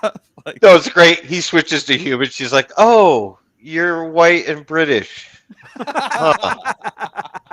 Okay, sure. Well, I mean, she should. You can look like anybody. Yeah, anybody. Oh, okay. Well, Hogwarts then. That would actually be really funny. Have him be shifting between portrayals of like, oh, Brad Pitt. What do you like, George Clooney? Just a big or just random ethnicities. Yeah, you know what I mean. Just like a big Italian guy. Would that have been what the original Jarvis looked like? Did Paul Bettany play a human Jarvis at some point? He did not, which is so weird. No. But Jarvis was his dad's butler, and the next one, and it would have been cool if it was played by Bettany, but not in a movie, but maybe Agent Carter. Agent Carter, the guy who plays him, is the same actor that plays Jarvis in Endgame. So there's Endgame, so not Paul Bettany. Yeah, interesting. But they're very similar. Would have brought things around in a really. Yeah, it would have made sense. Yeah. It would have been really neat. I think it also could have been confusing because they showed him in his human form in this and in WandaVision. Yeah, two different characters without it. Yeah. I mean, they look the same anyways. White British dudes. Yeah. So Wanda and Vision are hiding in Scotland. They go out for a kebab and get attacked by Proxima Midnight and Glaive, who are after the Mind Stone. Glizzy Glaive. That was a very British emo guy. I don't know. Think of Susie Sue or like Robert Smith. And I love the pace of this because we get the like reintroduction. They're clearly in love. They're kind of eloping, and then bam, no time. They're already fighting. Yep. Yeah, totally. It's the Al Pacino. You pull me back in. Yeah. I just realized Proxima Midnight sounds like the goth alter ego of Athena from Always Sunny. From Artemis, you mean? Artemis, yeah. Yeah. All right. Anyway, so they fight, but they're saved by Steve Rogers Natasha Romanoff and Sam Wilson, who show up and fight Proxima and Glaive off, who flee back into the sky from whence they came. Well, and this shows how formative the Avengers are. You know, the two magical people couldn't handle it, but these three scrappy soldiers Yep. Yeah. the shit out of these magical aliens. But it's also kind of a callback to Lagos. Yeah. You know what I mean? Those were the three that were down on the ground with Wanda working that operation when Wanda. Right. Yeah, Well, that's and- a good point. Well, and they had to immediately power, like they had to immediately kind of sideline Vision by, you know, saying, "Oh, I can't phase since they did the thing to me." Yeah, Like, right. Because otherwise, he just would have mopped the floor with them. With Well, everyone, yeah. And Put 'em in he would half. have been able to phase as Thanos is grabbing the stone. You know, All that, yeah. He could have just All of kept that stuff. Yeah. ducking away from him. It would have been this weird dance at the end. Yeah, exactly. So they that's something that they definitely needed to Yeah. address. They I Charles do- Xaviered him. Yeah. I do think that a post WandaVision Wanda would have mopped the floor with him too. Oh yeah. Yeah, No, I mean, just no, even- Darkhold Wanda, absolutely. Ooh, yeah. I mean, Endgame Wanda almost kills Thanos 1v1. Like That's true. She just had no idea how much power she was capable of holding. You know. Yeah. No, in Endgame, she's running on pure Loss and fury, and grief. she's like, "Oh wow." Yeah. She's like, this feels great, man. Yeah. They head back to the Avengers compound in New York. Then we cut to a flashback of when Thanos killed half of everyone on Gamora's planet and stole her to raise her as her own child. We see him giving her a message in balance, a lesson in balance, and a double-bladed knife. This is about as convoluted as the fucking like Jedi's balance. Like, Yeah. his concept of balance makes about as much sense as the Jedi's concept of balance. This Because is he's in control of it. You know. This is the only scene that I have any like qualms with, really. Not like oh, I don't like this, but I'm like, this is the one where I'm like, I wonder if this could have been left out and something else put in its place. I get why, to pump up the emotional effect of Gamora when she's the sacrifice. Oh, you mean but, this scene or this compared to doing it all for Mr. Oh, Death? No, Do you just mean this scene? this scene in particular, having the flashback Oh. to young Gamora, because everything else is very linear. We're moving at breakneck speed already, and then we flash back, But and then there had to be a kernel of emotional development for what's coming. yeah, and Yeah. we A little couldn't bit just later. have just Zoe Saldana explain this with the passengers on the ship. It I had think to be it's not shown. for the heartstrings moment because we knew that she was the adopted daughter of Thanos, but there was Yeah. no impact to that knowledge. You know well, what I mean? I think it was showing that Thanos He actually stole her. Well, but that He he sick cared fuck. for her, even though he stole her. Yeah, cared. Yeah. Because we think That- of her as a victim, but now you get this moment of like, oh, I guess he does have like a paternal way with her. Even at a young age, he recognizes that she's a fighter because she kind of confronts this giant dude. Yeah. Yeah. Yeah. Where's my mom? Yeah. Well, yeah, and whatever. I mean, yeah. The But thing there's on a sickness. yeah, as we get to Vormir, I guess we could talk about it more then. But like him actually have loving questions her about- is like, is that really love? What he feels for her? I Right. guess he thinks it is at least. I mean, it's In the one-sided. Yeah, but it has the vibe. Maybe I'm going to go too far. I don't mean to. It's not No, humorous, but you know the way that an SS officer might pick out a pretty Yeah. Jewish gal. Do you know what Yeah. I mean? Behind their tender moment, 10,000 Jews are dying. Yeah. Yeah. Yeah, exactly. It's He's sick. he is. It's literally a relationship built on genocide, so it's not that far from your Yeah. comparison. I picked out one. You seem like a fighter, and turns out yes, but was it nature or nurture? I bet you had to be a fighter in his house. Yeah. The dad titan. So, all right. Back in the present, Gamora reveals to Peter that Peter Quill that she knows a secret that Thanos can never find out. She makes him promise to kill her rather than let Thanos take her. He reluctantly agrees. Then we get the. That's when we get the Drax standing very still. You're scene. eating a Zarg nut. Zarg nut. I feel like I've heard that before. Anybody else? Yeah, I thought that was like a real snack when I was in the I theater. thought Going so. like, Yeah, was I like- am not going to say Star Trek because it sounds too goofy. Well, for there's that. Zagnut. There's Zagnut, yeah. There is Zagnut's are real, Zagnut. but I Yeah. yes, I know. Yeah. It's funny that in space there's a Zargnut. I wonder if they name themselves after Zagnut or if Zagnut name themselves after Zargnut. Which some Or aliens if it's- brought if it's Zagnut just- to if space. it's just you learned parallel thinking. Zargnuts. Yeah, they're the Coke and Pepsi of. Drax's second favorite snack is Skrittles. So they arrive at Easy nowhere sticks. to find the collector is imprisoned. Thanos already in possession of the Reality Stone. He does a fake out on them where we think that Gamora kills Thanos. Well, I don't know. I don't know if we think, but they think that Gamora killed Thanos. Which Yeah. just shows more of his emotional manipulation of Gamora. Yep, I think she's that's crying. I think that's why She that is going through it. flashback scene was necessary, because otherwise That's what I'm talking about. this would have just been very manipulative. And Vormir too. Yeah. We yeah. would not have believed that there was anything. It was still hard to believe with this guy. Yeah. Yeah. But without Yeah. that kernel. But so speaking of comic book panels, when he fucks with the matter, like where he makes Drax into cubes and Yeah. Mantis And- into ribbon, into a that was ribbon, actually yeah. a Jim Starlin drawing, which Mm. Jim makes a cameo in the next movie. But Yeah. those were beautifully done. It was so nice to see him. Little fanboy Yeah. payoff. I was so excited seeing that in the theater. Like, oh my God, what else are they going to do for us? And oh yeah, And- so much. And it speaks to that theatrics that lie within Thanos because he has the power to make people's heads explode. yeah. And he just You turns know- them into ribbon instead. Yeah, And yeah, well, to show off. he after Loki, he is not trying to kill anyone. Nope. I mean, Yeah. he wasn't 'Cause he even knows trying he's to about kill to. Loki. Yeah. He's like, I'm not going to pick you out one by one. I'm about to kill half of all. yeah, y'all." he's like, by this time tomorrow, I'm not going to have to flex anything besides my thumb muscles. You know. By this time tomorrow, it's going to be Ringo and Paul. So don't fucking- Oh my God, the Beatles got snapped. don't believe it. It took a They did. while. It just took a while.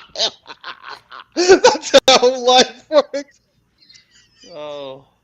Snapped is David how we're going to Chapman, call it from now on. Agent of Thanos. Cancer. Agent of Thanos. Yeah. Oh God. Well, What happened to your grandma? She was snapped. well, yeah. By yeah, cancer. Well, Yeah. Agents Mark- of Thanos. Mark David Chapman. Yeah. Yeah. Um, He snapped the fuck out of him. Anyway, so all right. Yeah. Oh, and Thanos makes Peter shoot her. Like he makes him Oh. go through the emotional beats Yeah. of shooting her just for the gun to turn into bubbles. Well, and we get the Great. bubbles for the And first time, which theatrics. they use again to show Mhm. us that Thanos is using the Reality Stone. Every time the stones are used, they light up. Yeah. And he uses one at a time until the end, which is an interesting Thanos thing from the comics, because that was his stipulation fighting all of the Avengers in the Infinity Gauntlet was, Right. I'll tell you what, I'll use one stone at a time and maybe you'll beat me. Mm. Right. That was his hubris Well, in and that situation. Their powers are fairly amorphous. They're not really well so he does use each of them in Yeah. different ways and it kind of satisfies, like at least Yeah.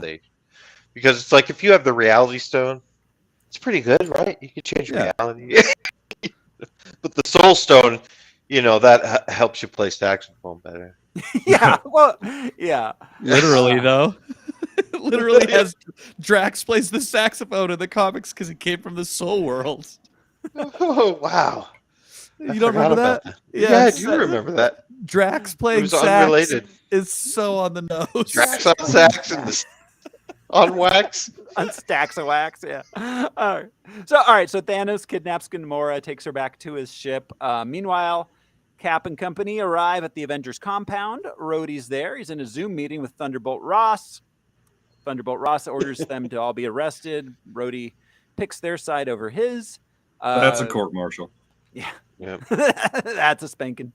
That's a paddling. Paddling. Yeah. That's a paddling. How does he expect him to arrest all of the Avengers that whooped the shit out of everybody last time they all encountered each other? Also, The fucking Hulk is here. Yeah. And it's obviously the honor system. Like, sure, I will. Yeah. No follow-up.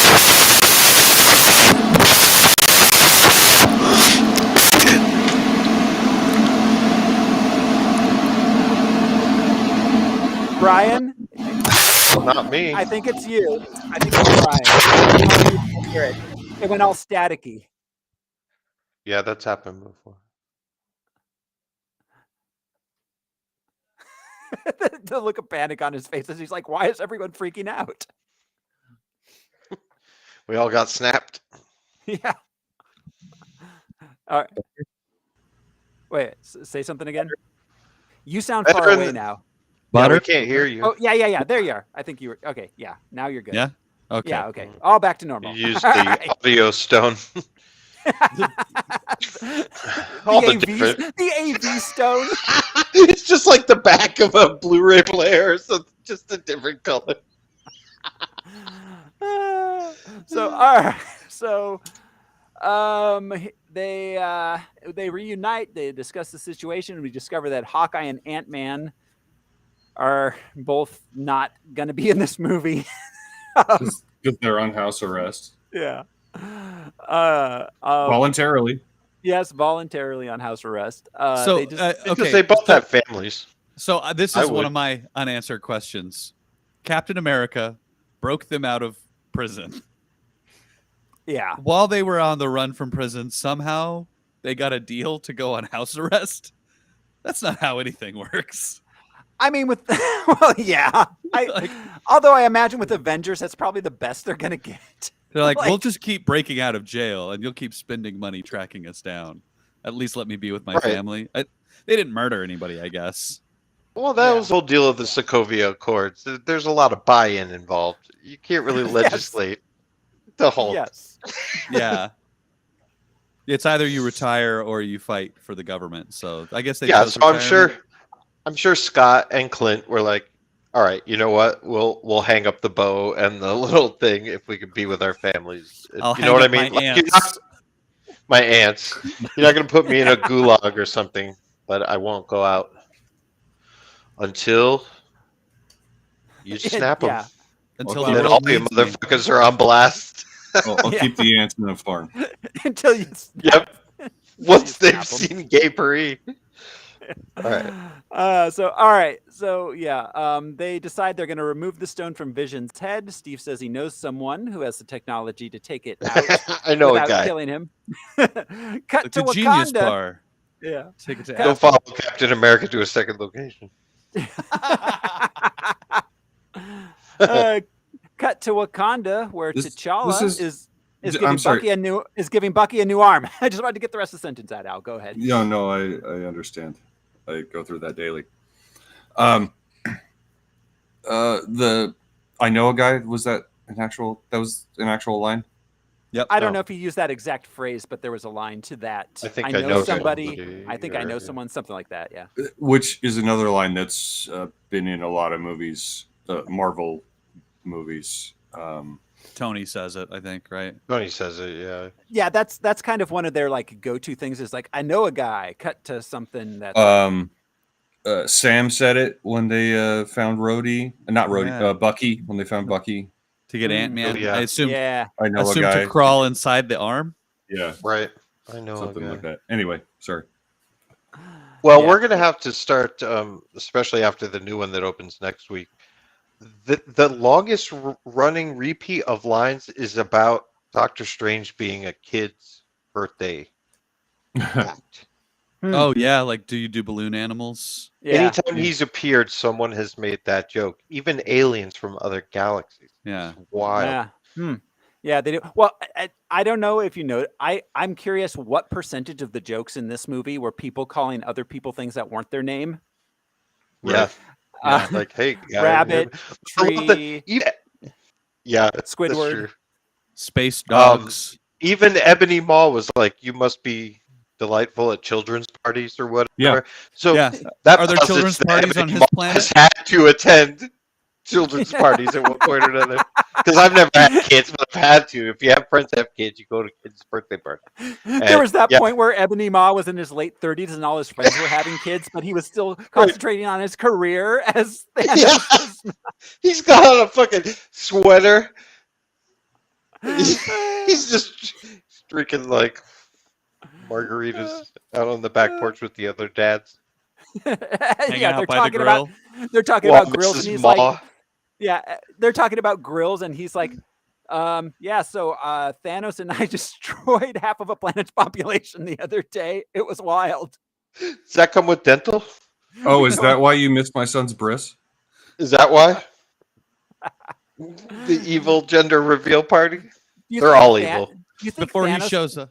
Oh, do you think that bris at brisses is the plural of a bris, a brine? I don't know. No, Thanos would have birthday parties for Nebula and Gamora, and all of his friends would have to come, well, yeah, and Corvus Glaive and he would hire magicians. Proxima Midnight are an item. Maybe Oh, they have that's That's right. children. true. That's right. They might have a kid. I was gonna say, do you think at a bris Thanos just cuts off half? Oh, Jesus. Like, God damn it! It's another cheap Elsa impersonator. So all right. Yeah, Bucky's got his new arm. Then meanwhile, on Ebony Maw's ship, Ebony Maw's trying to get the time stone from Doctor Strange. Spidey and Tony come up with the plan. They blast No, him into Spidey does. Spidey, yeah, comes Yeah. up with Once the plan. again, Spidey uses a movie reference to save the day, or at least advance the plan. Yeah.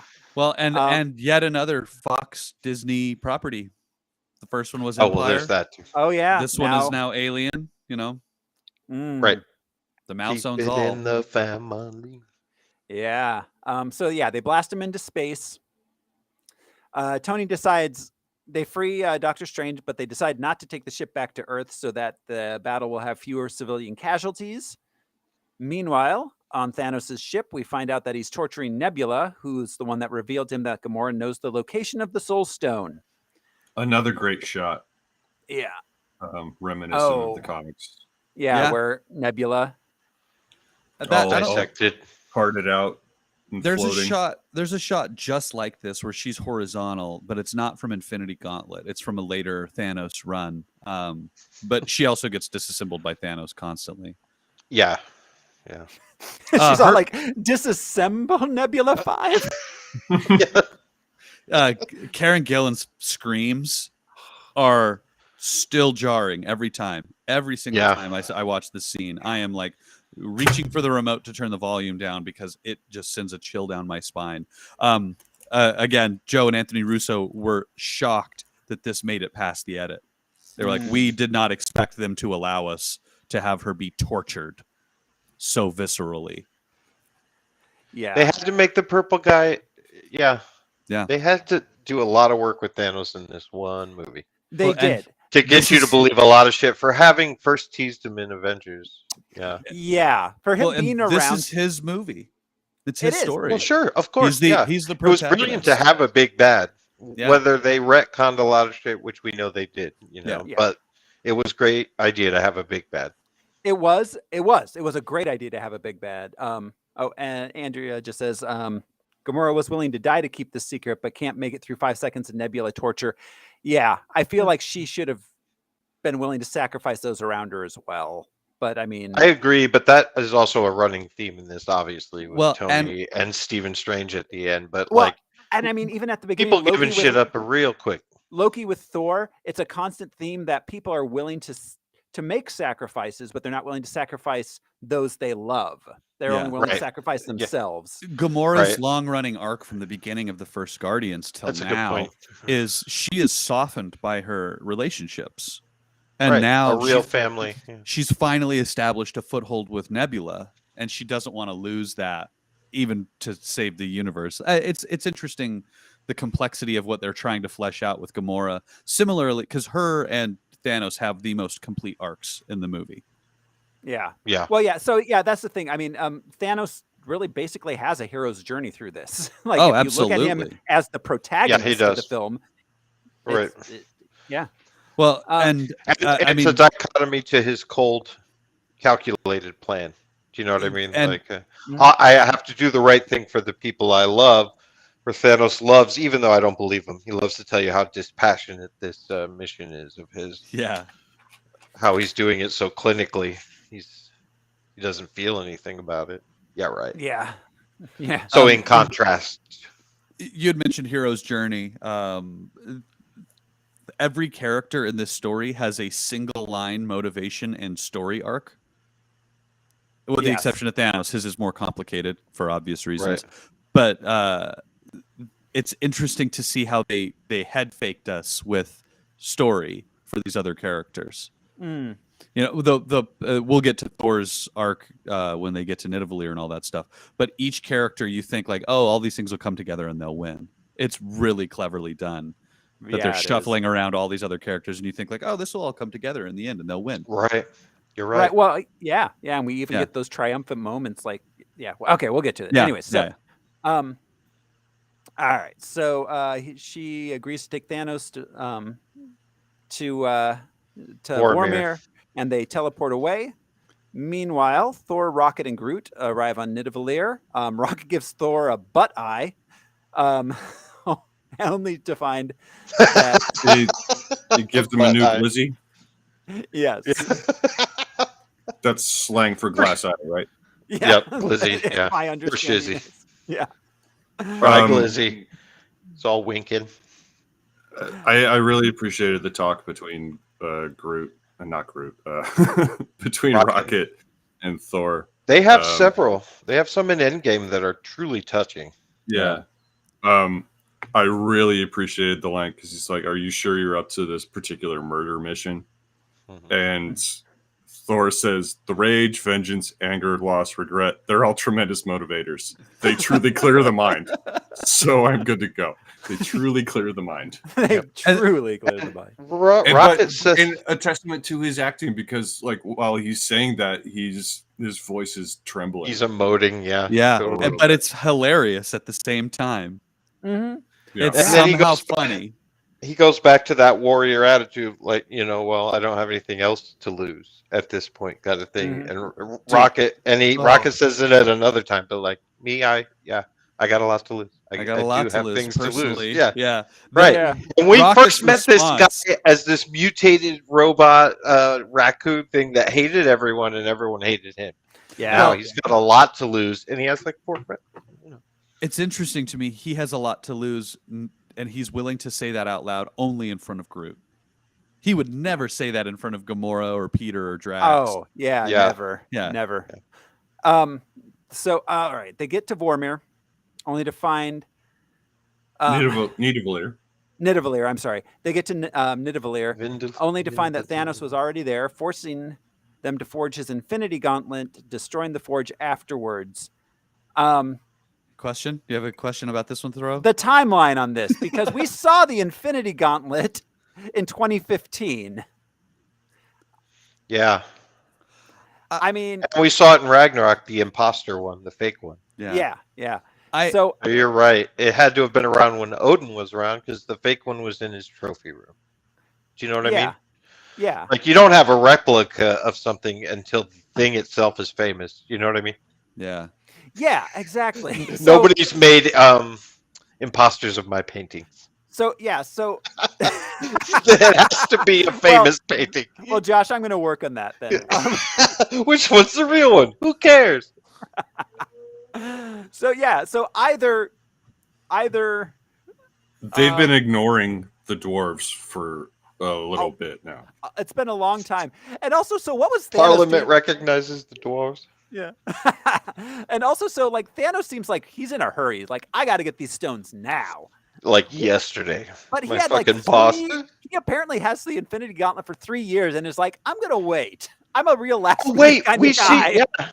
I'll do it myself. Yeah, I'll that's do it the end myself. of Age of Ultron. Yeah. In 3 years, I'll do it myself. Well, I think that Times two. he was waiting for confirmation on the location of the Soul Stone to move. Andrew says that was a prototype. That was the one he made himself to bring to the dwarves to show them what he wanted. So, He like had this, but bigger. Walgreens Walgreens on the hook for a couple $100 million. Yeah, the We could make Theranos. these. I always thought of Thanos whenever I saw Theranos. Yeah, Bullshit. that's. I just see death in their name. Yeah. Yep. So Turns out it was. Peter Dinklage is a giant dwarf. Yeah, I loved Yeah. this. I loved Peter Dinklage playing a dwarf, but he's bigger than everyone else. That was So amazing. there are a dozen CGI characters in this film. Peter Dinklage is a man, Yes. but they played with perspective. The Russos said this sequence of shots required the most math and science out of the entire film in order to Oh, make I him bet. look right at the right perspective. And I've seen people complain about this. I have zero complaints about this. I saw this on Yeah. IMAX. I watched this on TVs. This whole sequence, I buy it 100%. Yeah. It's so cool. Works for me. yeah, Yeah. I have no issues with it If, whatsoever. if anything, the one thing that I would have asked for in this scene is like, damn, can we add some subwoofer to his voice? Mm, You know, but realistically, That's whatever. what killing you means. Yeah, it's so funny. I love this sequence so much. But learning that this was the most scientific and mathematically demanding thing for them to figure out was really interesting. Like, oh, we've been doing Yeah. these tricks for 50 years in movies.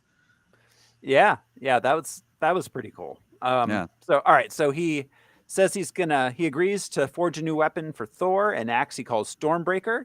He says that in theory it could even summon the Bifrost, which is handy. They're gonna have to come up with a way to reignite the forge, though, which is powered by a star which has gone out.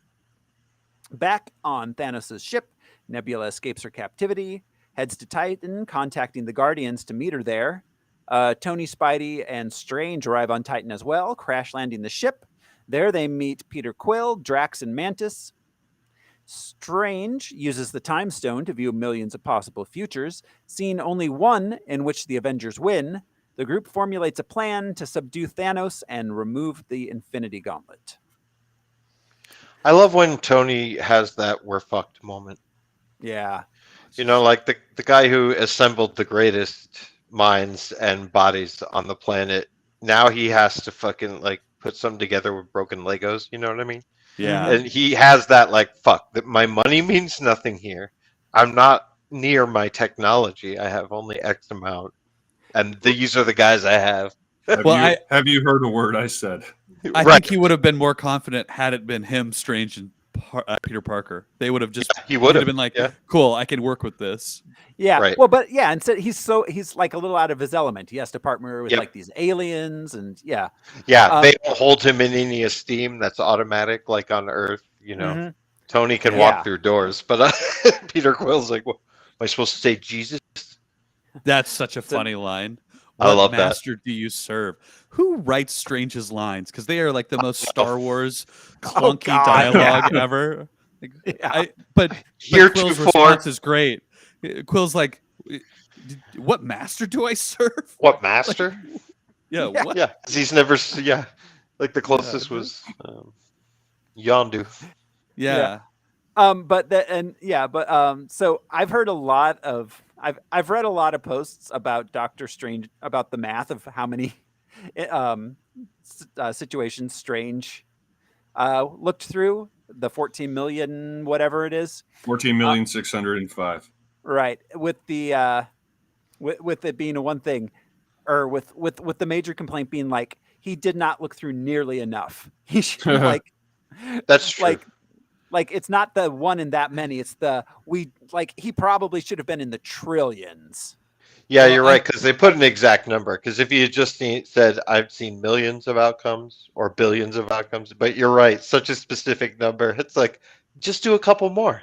I've read some of those See same what kind of Yeah. interpretations of the math, and arguably he started from the future and went back. Would be the way to narrow it down from the trillions to the millions. It would make sense.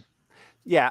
The other thing I've heard is like maybe he's grouping them into classifications. Like there's one set of general timelines which can lead to this, but like he's counting it as one thing. Like maybe Well, like instead of Scott doesn't spill the taco in one, but he's still counting that as one. Yeah. Right. Yeah. I'm gonna have some questions in Endgame when we get to the Ancient One, but questions as to what the Time Stone does when it's not in the Gauntlet, because those who possess and around the Time Stone seem very unaware of time, of Yeah, the future and the past, of what's coming, and you know what I Yeah. mean. Like the Ancient One had to be tipped off by something Bruce offhandedly said. right. It's like, Well, well, then what the fuck is the Time Stone for? Because I have a Time Stone. It's a clock. If you're not Yeah. using it to go back and forth in right. time. Well, and we saw Doctor Strange at the end of his own movie, Dormammu, like set up like he can literally turn back time. Right. What's But his problem? Why is Thanos an issue? The sorcery people are very surprised by a lot of things. Yes. They see nothing coming. Like Not even Bruce hurtling through space into the sanctum. Well, I hope that we get some answers to that in Multiverse of Madness, because what was I think we might. what's his face's line where he's like, "You played with the fundamental something of reality. This is going to Yeah. have effects." At Oh, the end what of Doctor Mordo's Strange line. one. Mordo, yeah. Yeah. So I think using the Time Stone affects reality in ways that maybe using That the other makes sense. stones doesn't have, because I mean, you use the Power Stone and you smash a thing. That Cool. could be. That So affects the they're- timeline in one way forever. But They're in charge Time of making sure Stone, it's never used. you're creating branch realities by going back in time now to like, Mm. oh, I'm going to steal the That's- stone from Thanos. Now there's 2 branch timelines. that's a You know.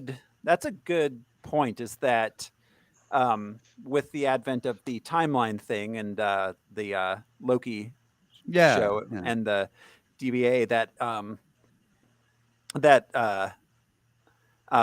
he's not actually going back in time. He's creating branch realities. Right. Yeah. Interesting.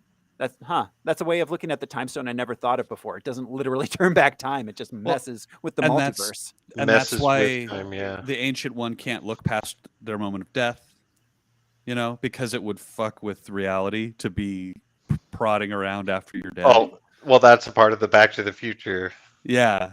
So sort of thinking. But anyways, Yeah. we're jumping to Yeah. another movie. I'm Yeah. sorry. Yeah. So all right. Anyways, so then we will talk. we cut to Vormir. Thanos and Gamora find Red Oh. Skull. These are my biggest questions are about Vormir, if I may. Okay, There's no good. point Yeah. in saving to the end, but so is Yeah. the Soul Stone always there? Because we know it leaves sometimes Yes, because thank she you. hid it there. Okay, Red Skull was zapped there by the stone. Okay, What and was he? when you were, zapped? that's Okay. what he says. We didn't know that at the end of he, Captain America. he but says it essentially was- says that, yeah. yeah, that he was Yeah. brought there by the stone. So And okay, that was so it was the Tesseract. Tesseract. Though. He had the Tesseract. So the Tesseract sent him to the Soul Stone. But I think the Soul Okay, Stone, fair enough. because the stones themselves in some comic book lore, they interact with each other. They communicate with Yeah. each other. They are not sentient, but they function as like conscious But- thinking things sometimes. So I think the We're Soul no- Stone used the Tesseract to bring him there because it needed a guardian. Okay, that's fine. That was not my Yeah. question so much as that's fine. But now that is his charge to Yeah. stay on Vormir and instruct those. So does he know dad who raised you, or your actual dad? Because Thanos is the son of Lars. Okay, she's the daughter of Thanos. No, she's not. And then later on, we see Natasha and Clint. He says Clint, the son of Ethel and whatever, and says she's the daughter of Yvonne, which she's not, because that turns out to be David Harbour, the Red Guardian, her adopted fake father. So I guess that Red Skull only knows who's on your current guardianship paperwork. Right. or Well, yeah. or who It's used you not as it's not like you get the impression that he sees through time and space relationships and just the progeny of, but no, I like assume wouldn't that it he was say the, like Gamora's real father's name or Natasha's real father's name just because it's not known to us, the audience, or to the greater public of Earth? Yeah. Or do you know what I'm saying? Like it's Yeah. just a weird little thing that always bothered me. I viewed it as who did they think of as their father figure, whether it's positive or negative. Gamora so probably he- thinks So it's no real. It's more of Yeah. a psychic thing than It's- than yeah. like having to do with this planet, because the planet seems special. The structure that he's standing on seems old, but also part of ruins that maybe existed, but Right. doesn't seem like an inhabited planet. And was it there before the Red Skull was there? Because the Soul Stone hasn't always been there. Right. Gamora hid it there, she said. Right. Well, no, she didn't hide it Gamora there. Who found hid the it map. She found the map to the Soul Stone, and she destroyed the map. She found that it So was so on that there. that leads to more questions. Who made the map? And like you said, Josh, is the Soul Stone obviously isn't there all the time? How does it get back there? Because Cap, after Endgame, has to bring it back there himself. And who was the gatekeeper before the Red Skull? Like Yeah. it implies that there has to be someone there. That's the I was doomed to walk the earth. Kind of. And how does it keep getting back? People aren't going to just keep Right. returning it. When we see the Because it has to be physically taken from there. You have to go there. when we see the Power Stone, it is in an ancient civilization that has since been destroyed. Right. And it's being held in a room that seems magical, whatever. Mhm. I assume that the Soul Stone similarly had a civilization that was built up around it, that at some point collapsed as a result of somebody misusing it or something like that. Things we'll never know necessarily, but I think that maybe that would have been the last guardian of the Soul Stone, and maybe they lay dormant for many, many, many hundreds or thousands of years because no one knew of them. They became lost. It's just all, I mean, all of that is, viable. That's the way that I It's view just it. Like, But still, the parameters of this planet are so specific. yeah. It's kind of But- like but- our Asgardian conversation. Like, where's Asgard? Yeah. What is it? But I mean, also, like I said, how people obviously come and take it. Like this happens because he says he has to lead people. Someone made a map. How Right. does it keep getting back there? Yep. is it a one-off? Because I would accept like it magically reappears when people like die or whatever, but Cap has to literally return it himself. He has to take it back physically. So He has to take it back. Yeah. And it's handed off. That doesn't seem to be the case that it's magically reappears there. Yeah. Yeah. Does he just give it to Formulas Red Skull? Sticky. Yeah, he's And like, and here, Red Skull's like, give me a few minutes. I'm going to go put this back. I have some questions about Earth. How did the Nazi So thing they work put out? way too much. They put way too many confusing details around the device of Thanos has to give something up to get what he wants. right. So You know the what I whole mean? thing is, They made Vormir a little more complicated when all it was really that. Like, is there anything Thanos loves enough to sacrifice? Right. Honestly, I like the confusing aspect of it. I like that it doesn't all add up to make sense. That's fine. Yeah. It gives Doesn't it a very bother mystical, ancient, magical kind of vibe. More so than a lot of like we get stuff like that at like the Comertage where it's like, oh, this is ancient and mystical, and then they give it some explanation where it's like, oh, that didn't make it more satisfying. I like being confused by it, kind of. And it's the Star Wars thing. Everything is on a specific place. Stormbreaker has to be made there. This has to be gotten here. Yeah. Yeah, exactly. Because it's the Soul Stone, we don't even really know what the soul is. There's no scientific explanation for the soul. Yeah. Which we've been philosophizing interesting, about man. it for millennia, and we haven't really figured it out. That's okay. All right. I mean, Groot Where's has my a soul. rubber stamp? Like, I buy that. would Vision have been snapped if he had been alive still? Does he have a soul? Well, and that's the question about Groot being snapped is that like he's the last of his race. Should only half of them have disappeared? Or they round up. Or They round up. or will we find out that he's not because somebody has already, grown another Groot? Well, yeah, and I mean the snap in general. I have a lot of questions about how that. Oh yeah, yeah. But yeah, we'll spend another 45 minutes after the episode is over talking about the snap. Well, Endgame would be the best time to talk about it because lots of people snap in that. Yeah, and it's like you have to be thinking. Yeah, we'll hold some of the snap conversation for Endgame, I think, for sure. I think it's best. Yeah. There's like So- 3 people that snap in that. So, anyways, it's Thanos snaps, the Hulk snaps, and Tony snaps, right? Yep. I wish someone had done the around the world snap. Yeah. Snap with attitude, man. That would have been so great. It would have been like, terrible. It's so great. I wish Thanos was the one to do it in Thor's face. Yeah. It had been a slightly overweight African American sidekick lady, sassy character. Where were we? Anyway, so all right, back on. All right, so, anyways, he sacrifices Gamora. Back on Earth, the Avengers arrive in Wakanda. Steve reunites with Bucky. They plan for the invasion of Thanos's people. Bruce and Shuri come up with the plan to take the stone out, but it will take some time. Proxima and her army show up, and they have to defend the capital city, which is behind an energy barrier, while Shuri works to remove the stone. If I were any of these Wakandan people, I'd be like, "This is a robot. Let's just kill him." Yeah. Personally, She's I don't know him. looking. I'm not in love with him. So Yeah. This seems He's a like a robot. really big threat. Yeah. maybe we should kill the robot. Like, guys. The robot suggested it. Yeah, Which he makes seems me- cool with it. Which makes He me believe seems it's fine. something we should do. Yeah. We just Anyways. need one vote.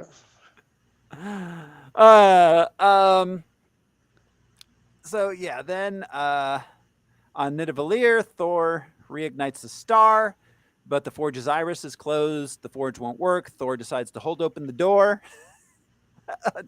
This happens concurrently with the assault on Wakanda. Bruce gets into the Hulkbuster armor while the Wakandans and Avengers defend against the assault of generic, literally faceless CGI alien monsters.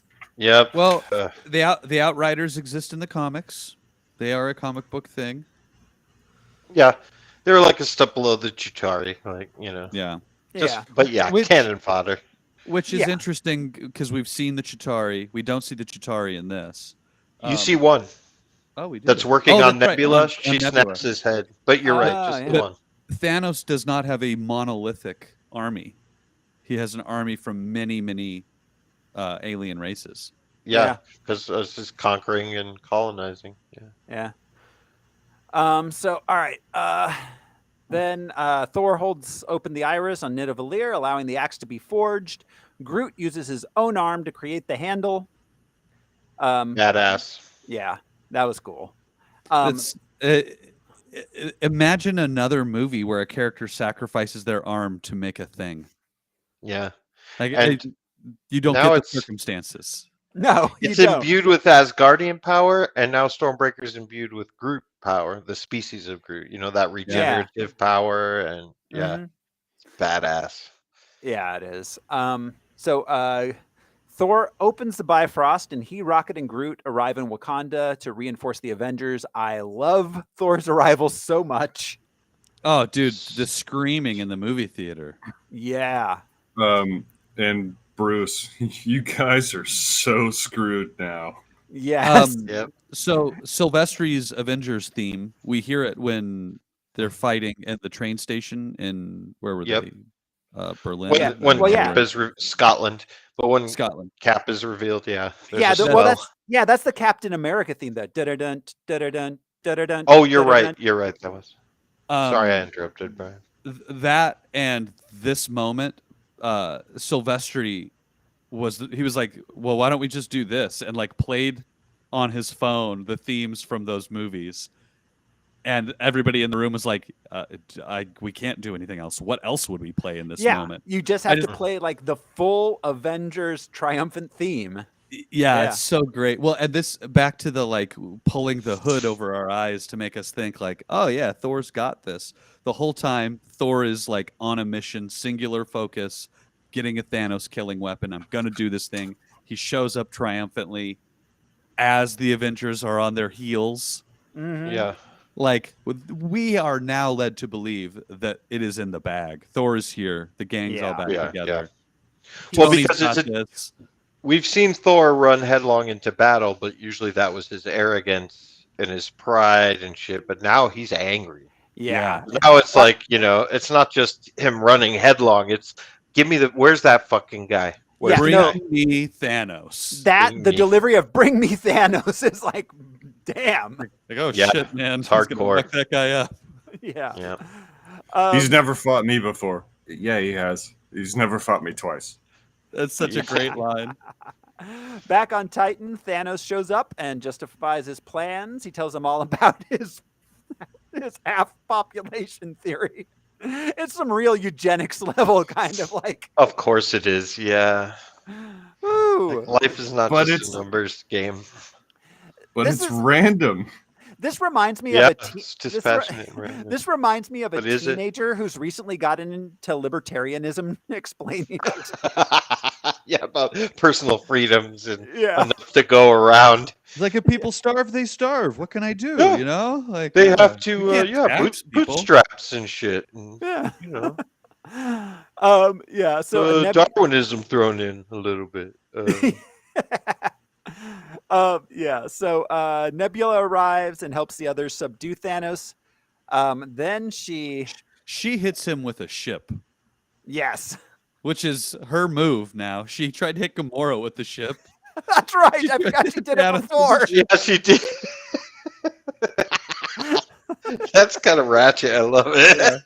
Did she learn that from watching Rocket hit just hit what's you his with their face car. Ronan with the ship? Well, you know, that's the thing is like if you're in trouble and you're in a car and you don't have a weapon, you have a weapon. Your weapon is the car. Like, Yeah. Remember, kids, yeah. If someone's chasing you and you're in a car, run the ball. you're not being chased. You're already the winner. That's right.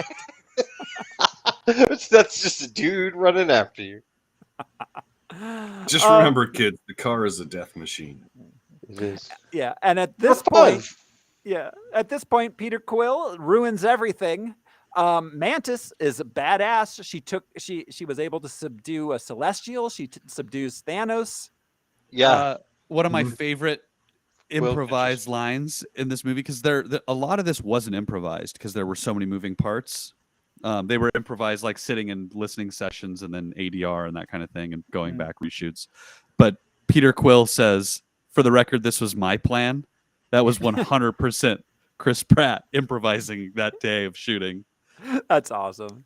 He Yeah. is a, you know, I have my issues with Chris Pratt, but he is a great improviser. He's As very you- funny. Yeah. He is very funny. Yeah, and he's is a great perfect as improviser. Peter Quill. I love when people don't want a guy playing a character because he's too much like that character in his real Right. life. You know what I mean? Like, he Yeah. shouldn't play Star-Lord. Yeah, he is Star-Lord, folks. Absolutely, he's a little bit douchey. He's a little douchey, and it's supposed to And be. kind of dumb. Yeah, We can't. Kind There's of not another. Bowie. Chris, you can't cast Chris Evans in every role. And one Exactly. sandwich away from being fat. yeah, Yes, absolutely. exactly. He's not a threat, Chris Pratt. He's just an Yes. idiot. So yeah, Quill ruins everything. Thanos breaks the group's hold over him. Back in Wakanda, Vision's procedures interrupted by Glaive, who pulls Vision out of the building, out into the forest, where they fight. Sorry, Rocket wants Bucky's arm. Oh yeah, the He's arm so thing. obsessed with prosthetics. Ooh. Like, I'm gonna get that arm. He loves the idea that if you take it away, that person's... Yeah, just, Yeah, he likes the knocking the crutches kind of... he's like a cat who Gallows just wants to humor. knock the glass off the table. Like, he is. Yeah.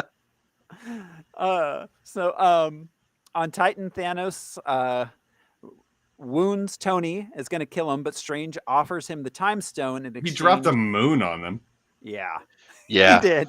And wait, Hardcore. so are they on?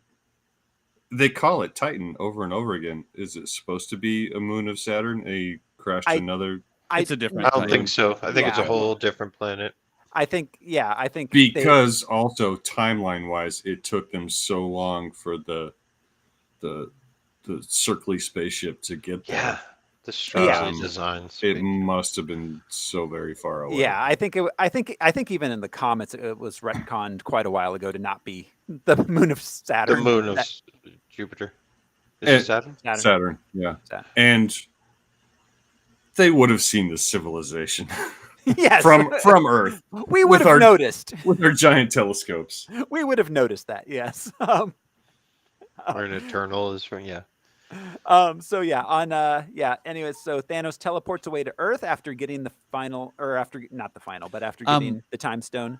Strange sacrifices Tony's life, or does not sacrifice Tony's life. He saves Tony's life and sacrifices the stone, Yes. which is completely reverse what he said originally to Tony on the ship. Because I it was the only way. I won't hesitate to sacrifice you or the kid in order Yeah. to save the stone. And Right. Tony looks so confused. This is such a great setup for the sequel because Tony has no idea what Strange saw or what he had in mind. Also, when he grabs the stone, the time stone was hidden in the stars. It was actually a star in the night sky. Oh wow.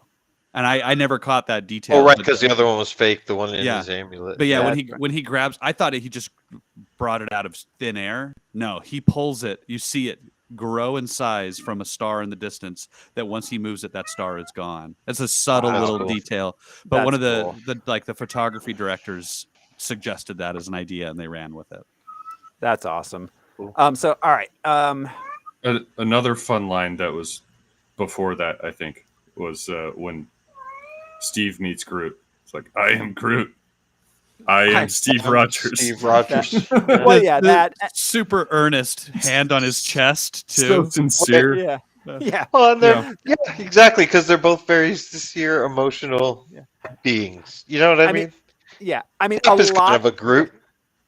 So much Steve- of. Steve doesn't speak Groot yet. Yeah. Maybe never will, but just took him at his word. Yeah. So Yeah, much of that's this Cap. so much of this movie's charm is unexpected pairings of people who we didn't That's ever what think team we'd ups are see about, come together. Yeah. Yep. Strange alchemy is what the Russos referred to it as. Yes. Just trying But to it- find the best combinations of characters. Well, and But like that the, was a stand the man thing, man. You know, like get them together. You got to get them together. Secret Wars, okay, that was fun. It's been a couple of years. Infinity, you know what I mean? yeah. I mean, Spider-Man was with the Fantastic Four. Those Right. kinds of, That's like, how you sold those books. Yeah. You know, like holy shit, they're together. synergy, They were man. always together over and over again. Marvel. I love the Footloose thing. Be like in Footloose? Yes, just like in Footloose. He's so Is it excited. still that the somebody- greatest movie ever? No, it never was. It never was. Just like the excitement on Chris Pratt's face that somebody else knows Footloose. Well, and that even earlier they asked if Kevin Bacon was an Avenger. Yes. I don't know, maybe. Maybe it's great because of the 6 degrees to Kevin. Oh, And yeah. you have like something like this where everyone. So, all right. So, Thanos arrives in Wakanda. Because Marvel blew that game out of the water. You can't really entertainingly play 6 degrees to Kevin No, Bacon it's- anymore. I it's used to play done it on now. road trips and shit. Yeah. It's like, all right, put these actors in 5 moves. Yeah. Now it's like Infinity War. Yeah, Yeah. exactly. And then everything Robert Downey Jr. did before his comeback. Exactly. So, all right. Yeah. Chaplin. Thanos. Oh, which is weird. So, Tobey Maguire is going to be playing Charlie Chaplin in an upcoming movie. I just noticed the other night that he doesn't move his mouth when he talks. I've always been looking at his surprised eyes Tobey all these Maguire? years. Yeah. I was watching him. Maybe that's his Peter Parker. But I don't. That dude because is his so lips weird. barely move. That dude is so weird. He's So a weird. dude. He's weird to look at. Yeah, he is. He's I bet he's weird. he's Right. really weird. It's like somebody's wearing a human suit. That's what it's like. He's perpetually surprised. Yes.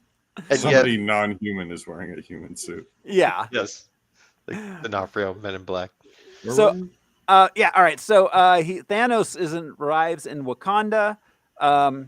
He barely notices Bruce in the Hulkbuster armor as he comes after him. He defeats Cap and Black Panther. Just kind of walks through them. Vision convinces Wanda to destroy him and the Mind Stone, which she does tearfully. But then Thanos uses the Time Stone to reverse her actions and rips the stone from Vision's forehead. Yeah. Thor arrives then, gets Thanos in the heart with Stormbreaker. Thanos tells him he should have gone for the head and snaps his fingers. Right. With the amount of stones that he has, even before all 6 are in the gauntlet, Yeah. there's no other way to stop him but to decapitate him. Yeah. But Should've- every good hero has to have that moment Yep. where they talk for a second. The head or the hand. He could have chopped Or the off his hand arm. Oh, of his yeah. hand. You're right. You're Yeah. right. If he'd taken the arm off, that would have Yeah. been a good move.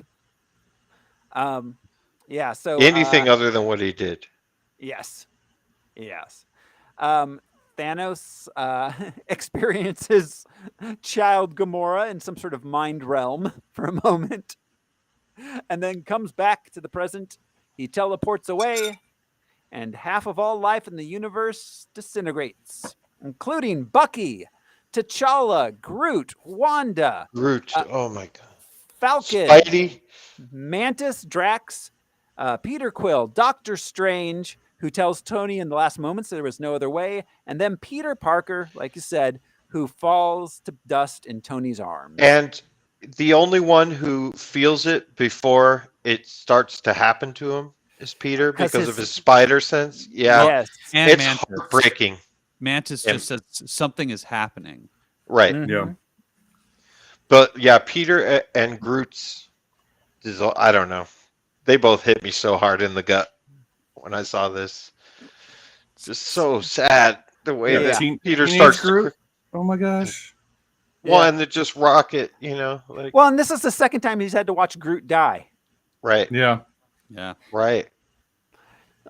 So yeah, we cut back to Thanos, who finally rests, looking out on a not entirely grateful universe. Yeah. We get the credits, and then in a mid-credit sequence, Nick Fury and Maria Hill are in New York. They get dusted, but Nick is able to activate a beeper just in time. The beeper has Captain Marvel's logo on it. Which was so exciting as well Yeah. when we saw that. What's up, Tobey Maguire? You okay? Yeah. Al's eyes. We almost it was all mind blowing. This is the second Marvel movie where we almost get an F-bomb that's cut off at the last second. Yep. We're funnier that way. Yeah. I mean, fuck is Like, still an they, amazingly versatile they didn't say word. it, but they put it in our head. Yeah. Yeah. It's funnier Yeah. when we say it, Yeah. especially May Parker's in Homecoming. Yes. That Yeah, takes a that's- quick. What yeah, the that- fuck? On the drop to the Ramones too. God. Yeah, Perfect. and like Oh, yeah, the that was animation, Yeah. So just I'm gonna say it because I mean it's what it's been brought up a lot. Why don't you just double the resources if there's instead of having the people double the resources? Yeah, snap your fingers so that there's no more lack. So the reasoning that the Russos gave in their director's commentary was because the lesson that life would learn as a result of Thanos sacrificing the other half of life That's would right. last That's would why last longer than doubling the That's why- resources. it's not dispassionate. It's Yeah. self-motivated. He Yeah. wants to look at grateful universe. That That's- implies that people will thank him. This So- is why he's a villain and not He's a villain. the good guy. Yeah. Yeah. Well, Right. and they may only thank him in a million years. They may not thank him today or tomorrow. But Whereas it's if we coming. doubled That's a part of his resources- plan. Yeah. Well, You know what I mean? It's in a not just million doing years- it and walking away with a quiet charity. Well, but here's the thing: in a million years, we're going to be back to where we were population-wise again, and That's he's true. just. Well, with the exception of the cultural impact that people Mm. may now prepare for, like, oh, this happened because resources are finite. We need to find a new way forward. Was kind of the way they interpreted. He Thanos' wants them to motivation. tell tales of him and sing Yeah. songs of him and So praise the Titan who Yeah. saved the universe. He's an Old Testament kind of god. Thanos saw a problem, and he said, "Only I can fix it." in my way, and only in my way. Right. Mhm. Yep. Make Yeah, the and universe like- great again. Many Yeah. good megalomaniac psychopaths, they think they're doing it for some greater good. They do think they are. They sure do. What movie before did I call Marvel's Empire Strikes Back? Was that Civil War? I think so. Yeah, maybe. Yeah, Probably. 'cause the band We- breaks I up. think so the- because we even band- mentioned The band they breaks do up. that. But at- this even more so, like, it's a great movie, but such a bummer. Yeah. Yeah. Yeah. Yeah, it is. It was There's such no a high bummer. note at Um, all. I watched this movie after, like, immediately after our last podcast recording, and I got to the end, I've seen and it like 3 times. I could not then go to Endgame. Yeah, now Because that we have You it. have to. Because now Yeah. that we have it, because Yeah. I was bummed out. I think it's the remember- weaker of the two now that we have. I remember watching this in the theaters, and being so bummed out. Yeah. Yeah. The it only was super- glimmer of hope was the Captain Marvel tease, and we hadn't gotten her movie yet. So Yeah. Yeah. that was the closest thing to like, oh, okay. But yeah, the Marvel universe had been defeated, and we all walked out feeling that way. Well, and the musical beat that the music that he played over the fucking credits, man. Oh like my the God, Thanos yeah. theme just lingering as you're sitting waiting for a So- post-credits It scene. lingered so much that when I was seeing for the first time, and it said 5 years later, I felt like I was punched again. Like, holy fuck, 5 years? They dealt with 5 Mhm. years of this snap. Like, I cannot wait Heavy for shit. Endgame because Yeah. of that. This movie was like an exercise in futility. Oh yeah. Yep. Yeah. Well, every way that- around. and we believed in From the the wrong Hulk's attack in characters. the beginning. Like Yeah. we're led to believe like our heroes are heroes. They're Are going gone to do now. heroic Yeah. things and they're going to win, and then they're gone, and it's just like, well, Who are we left shit. with? Yeah, Mhm. what? Yeah. Yeah, I And remember then- leaving the theater counting on my fingers who survived. And you never really imagined that it would be Thor and Rocket again that like took it to another character level, or yeah, just badass. Who they were left with pairing. They were the people who had to find Andrea their just own reasons. Andrea just put in the chat, if he doubles the resources, that's unfair to people who had to find their own resources. Hashtag cancel student debt. Yep, that is the argument against that. It is. It is. Yeah. Um, I had to have cholera. Got rid of half of the college graduates. Boom. Yeah, better market. Did any of the original Avengers get dusted? no, I was about to No. say No. that was all of the original 2012 Avengers survived. Yeah. The That was by dusting. design. Yeah. Yeah, of course. Yeah, because they were still under the idea that those guys, those 6 are the Avengers, and everyone else is a additional Avenger. Well, Yeah. and this movie They're we the get ones a- that have to pull it together. we get a lot of Tony. This movie is very Tony centric. Yeah. Tony gets the biggest emotional impact at the end, of him losing Peter, and then Yeah. of course it ends on Cap going, "Oh God," like Yeah. which is sad in itself, but it's a little less personal. It's a little more. He's mourning all of these people dying around him, whereas Tony is mourning one person. But in Endgame, it's very Cap focused, Yeah. which is kind of cool that they gave each one of them a little bit more focus in each of these movies. But we end it with Tony being the hero, spoiler Right. alert. I mean, yeah, Tony kicked it off. Tony has to end it. But again, that's for Yeah. another movie, for another time. I was actually looking, and we pretty much went through all of my unanswered questions. Do you guys have anything else you wanted to talk about before we get on to the ranking? Xandar, we didn't really mention that he stole the yeah. Power Stone from Xandar And Um, destroyed it. and Destroyed destroyed Xandar. the entirety of Xandar. That's an interesting choice because that's our formation of Nova as a character comes from that kind of moment. It'll be interesting to see what that does. Yeah. Yeah. Yeah, we still haven't really gotten the fallout from Xandar. But Nova's gone. coming, Yeah. supposedly. Well, and Guardians 3 will probably touch on some of the Well, I heard Adam Warlock will finally be. yeah. Well, Yeah. yeah. And that was the end of 2 was we got the Adam Warlock reveal ish. I mean the cocoon. Well, right, but then after, not to jump ahead, but Eternals had that cameo at the end. Yeah. Pip and Star Fox. That brings Adam Warlock into play, and probably Nova. Yeah. Yeah, that'll be interesting to see. It'll be interesting to see if anything about that is in Thor 4, which which that trailer was amazing. Yeah. It is, and there's so much they're dealing with in that movie. Oof. Yeah. So, Yeah, it'll be interesting how much of the future universe goes prior to these moments that we've watched already. Like how much we go back and reflect on events that happened. yeah. Yeah. Because there's no That would- time yeah, to do with these that. series that Yeah. are coming. Yeah. Yeah. So, well, all right, guys, you ready to go ahead and rank the movie? Sure. That's all right. Yeah. So, all right, let me bring that up here. Well, it's up in the top 20 or at least, right? Oh God, I would. At least. I'm say thinking at top least. 3. Yeah, I mean, I would. So this is what we're looking at. Last week we put Black Panther at 6, Josh, Cool. with Jeremy. So right under Ragnarok. I would personally put it above Logan myself, but I understand the argument that it should maybe go either below it or, you know, Do you accept one or two? I can agree with number 1. Honestly, I think this is better than Empire Strikes Back, which is crazy.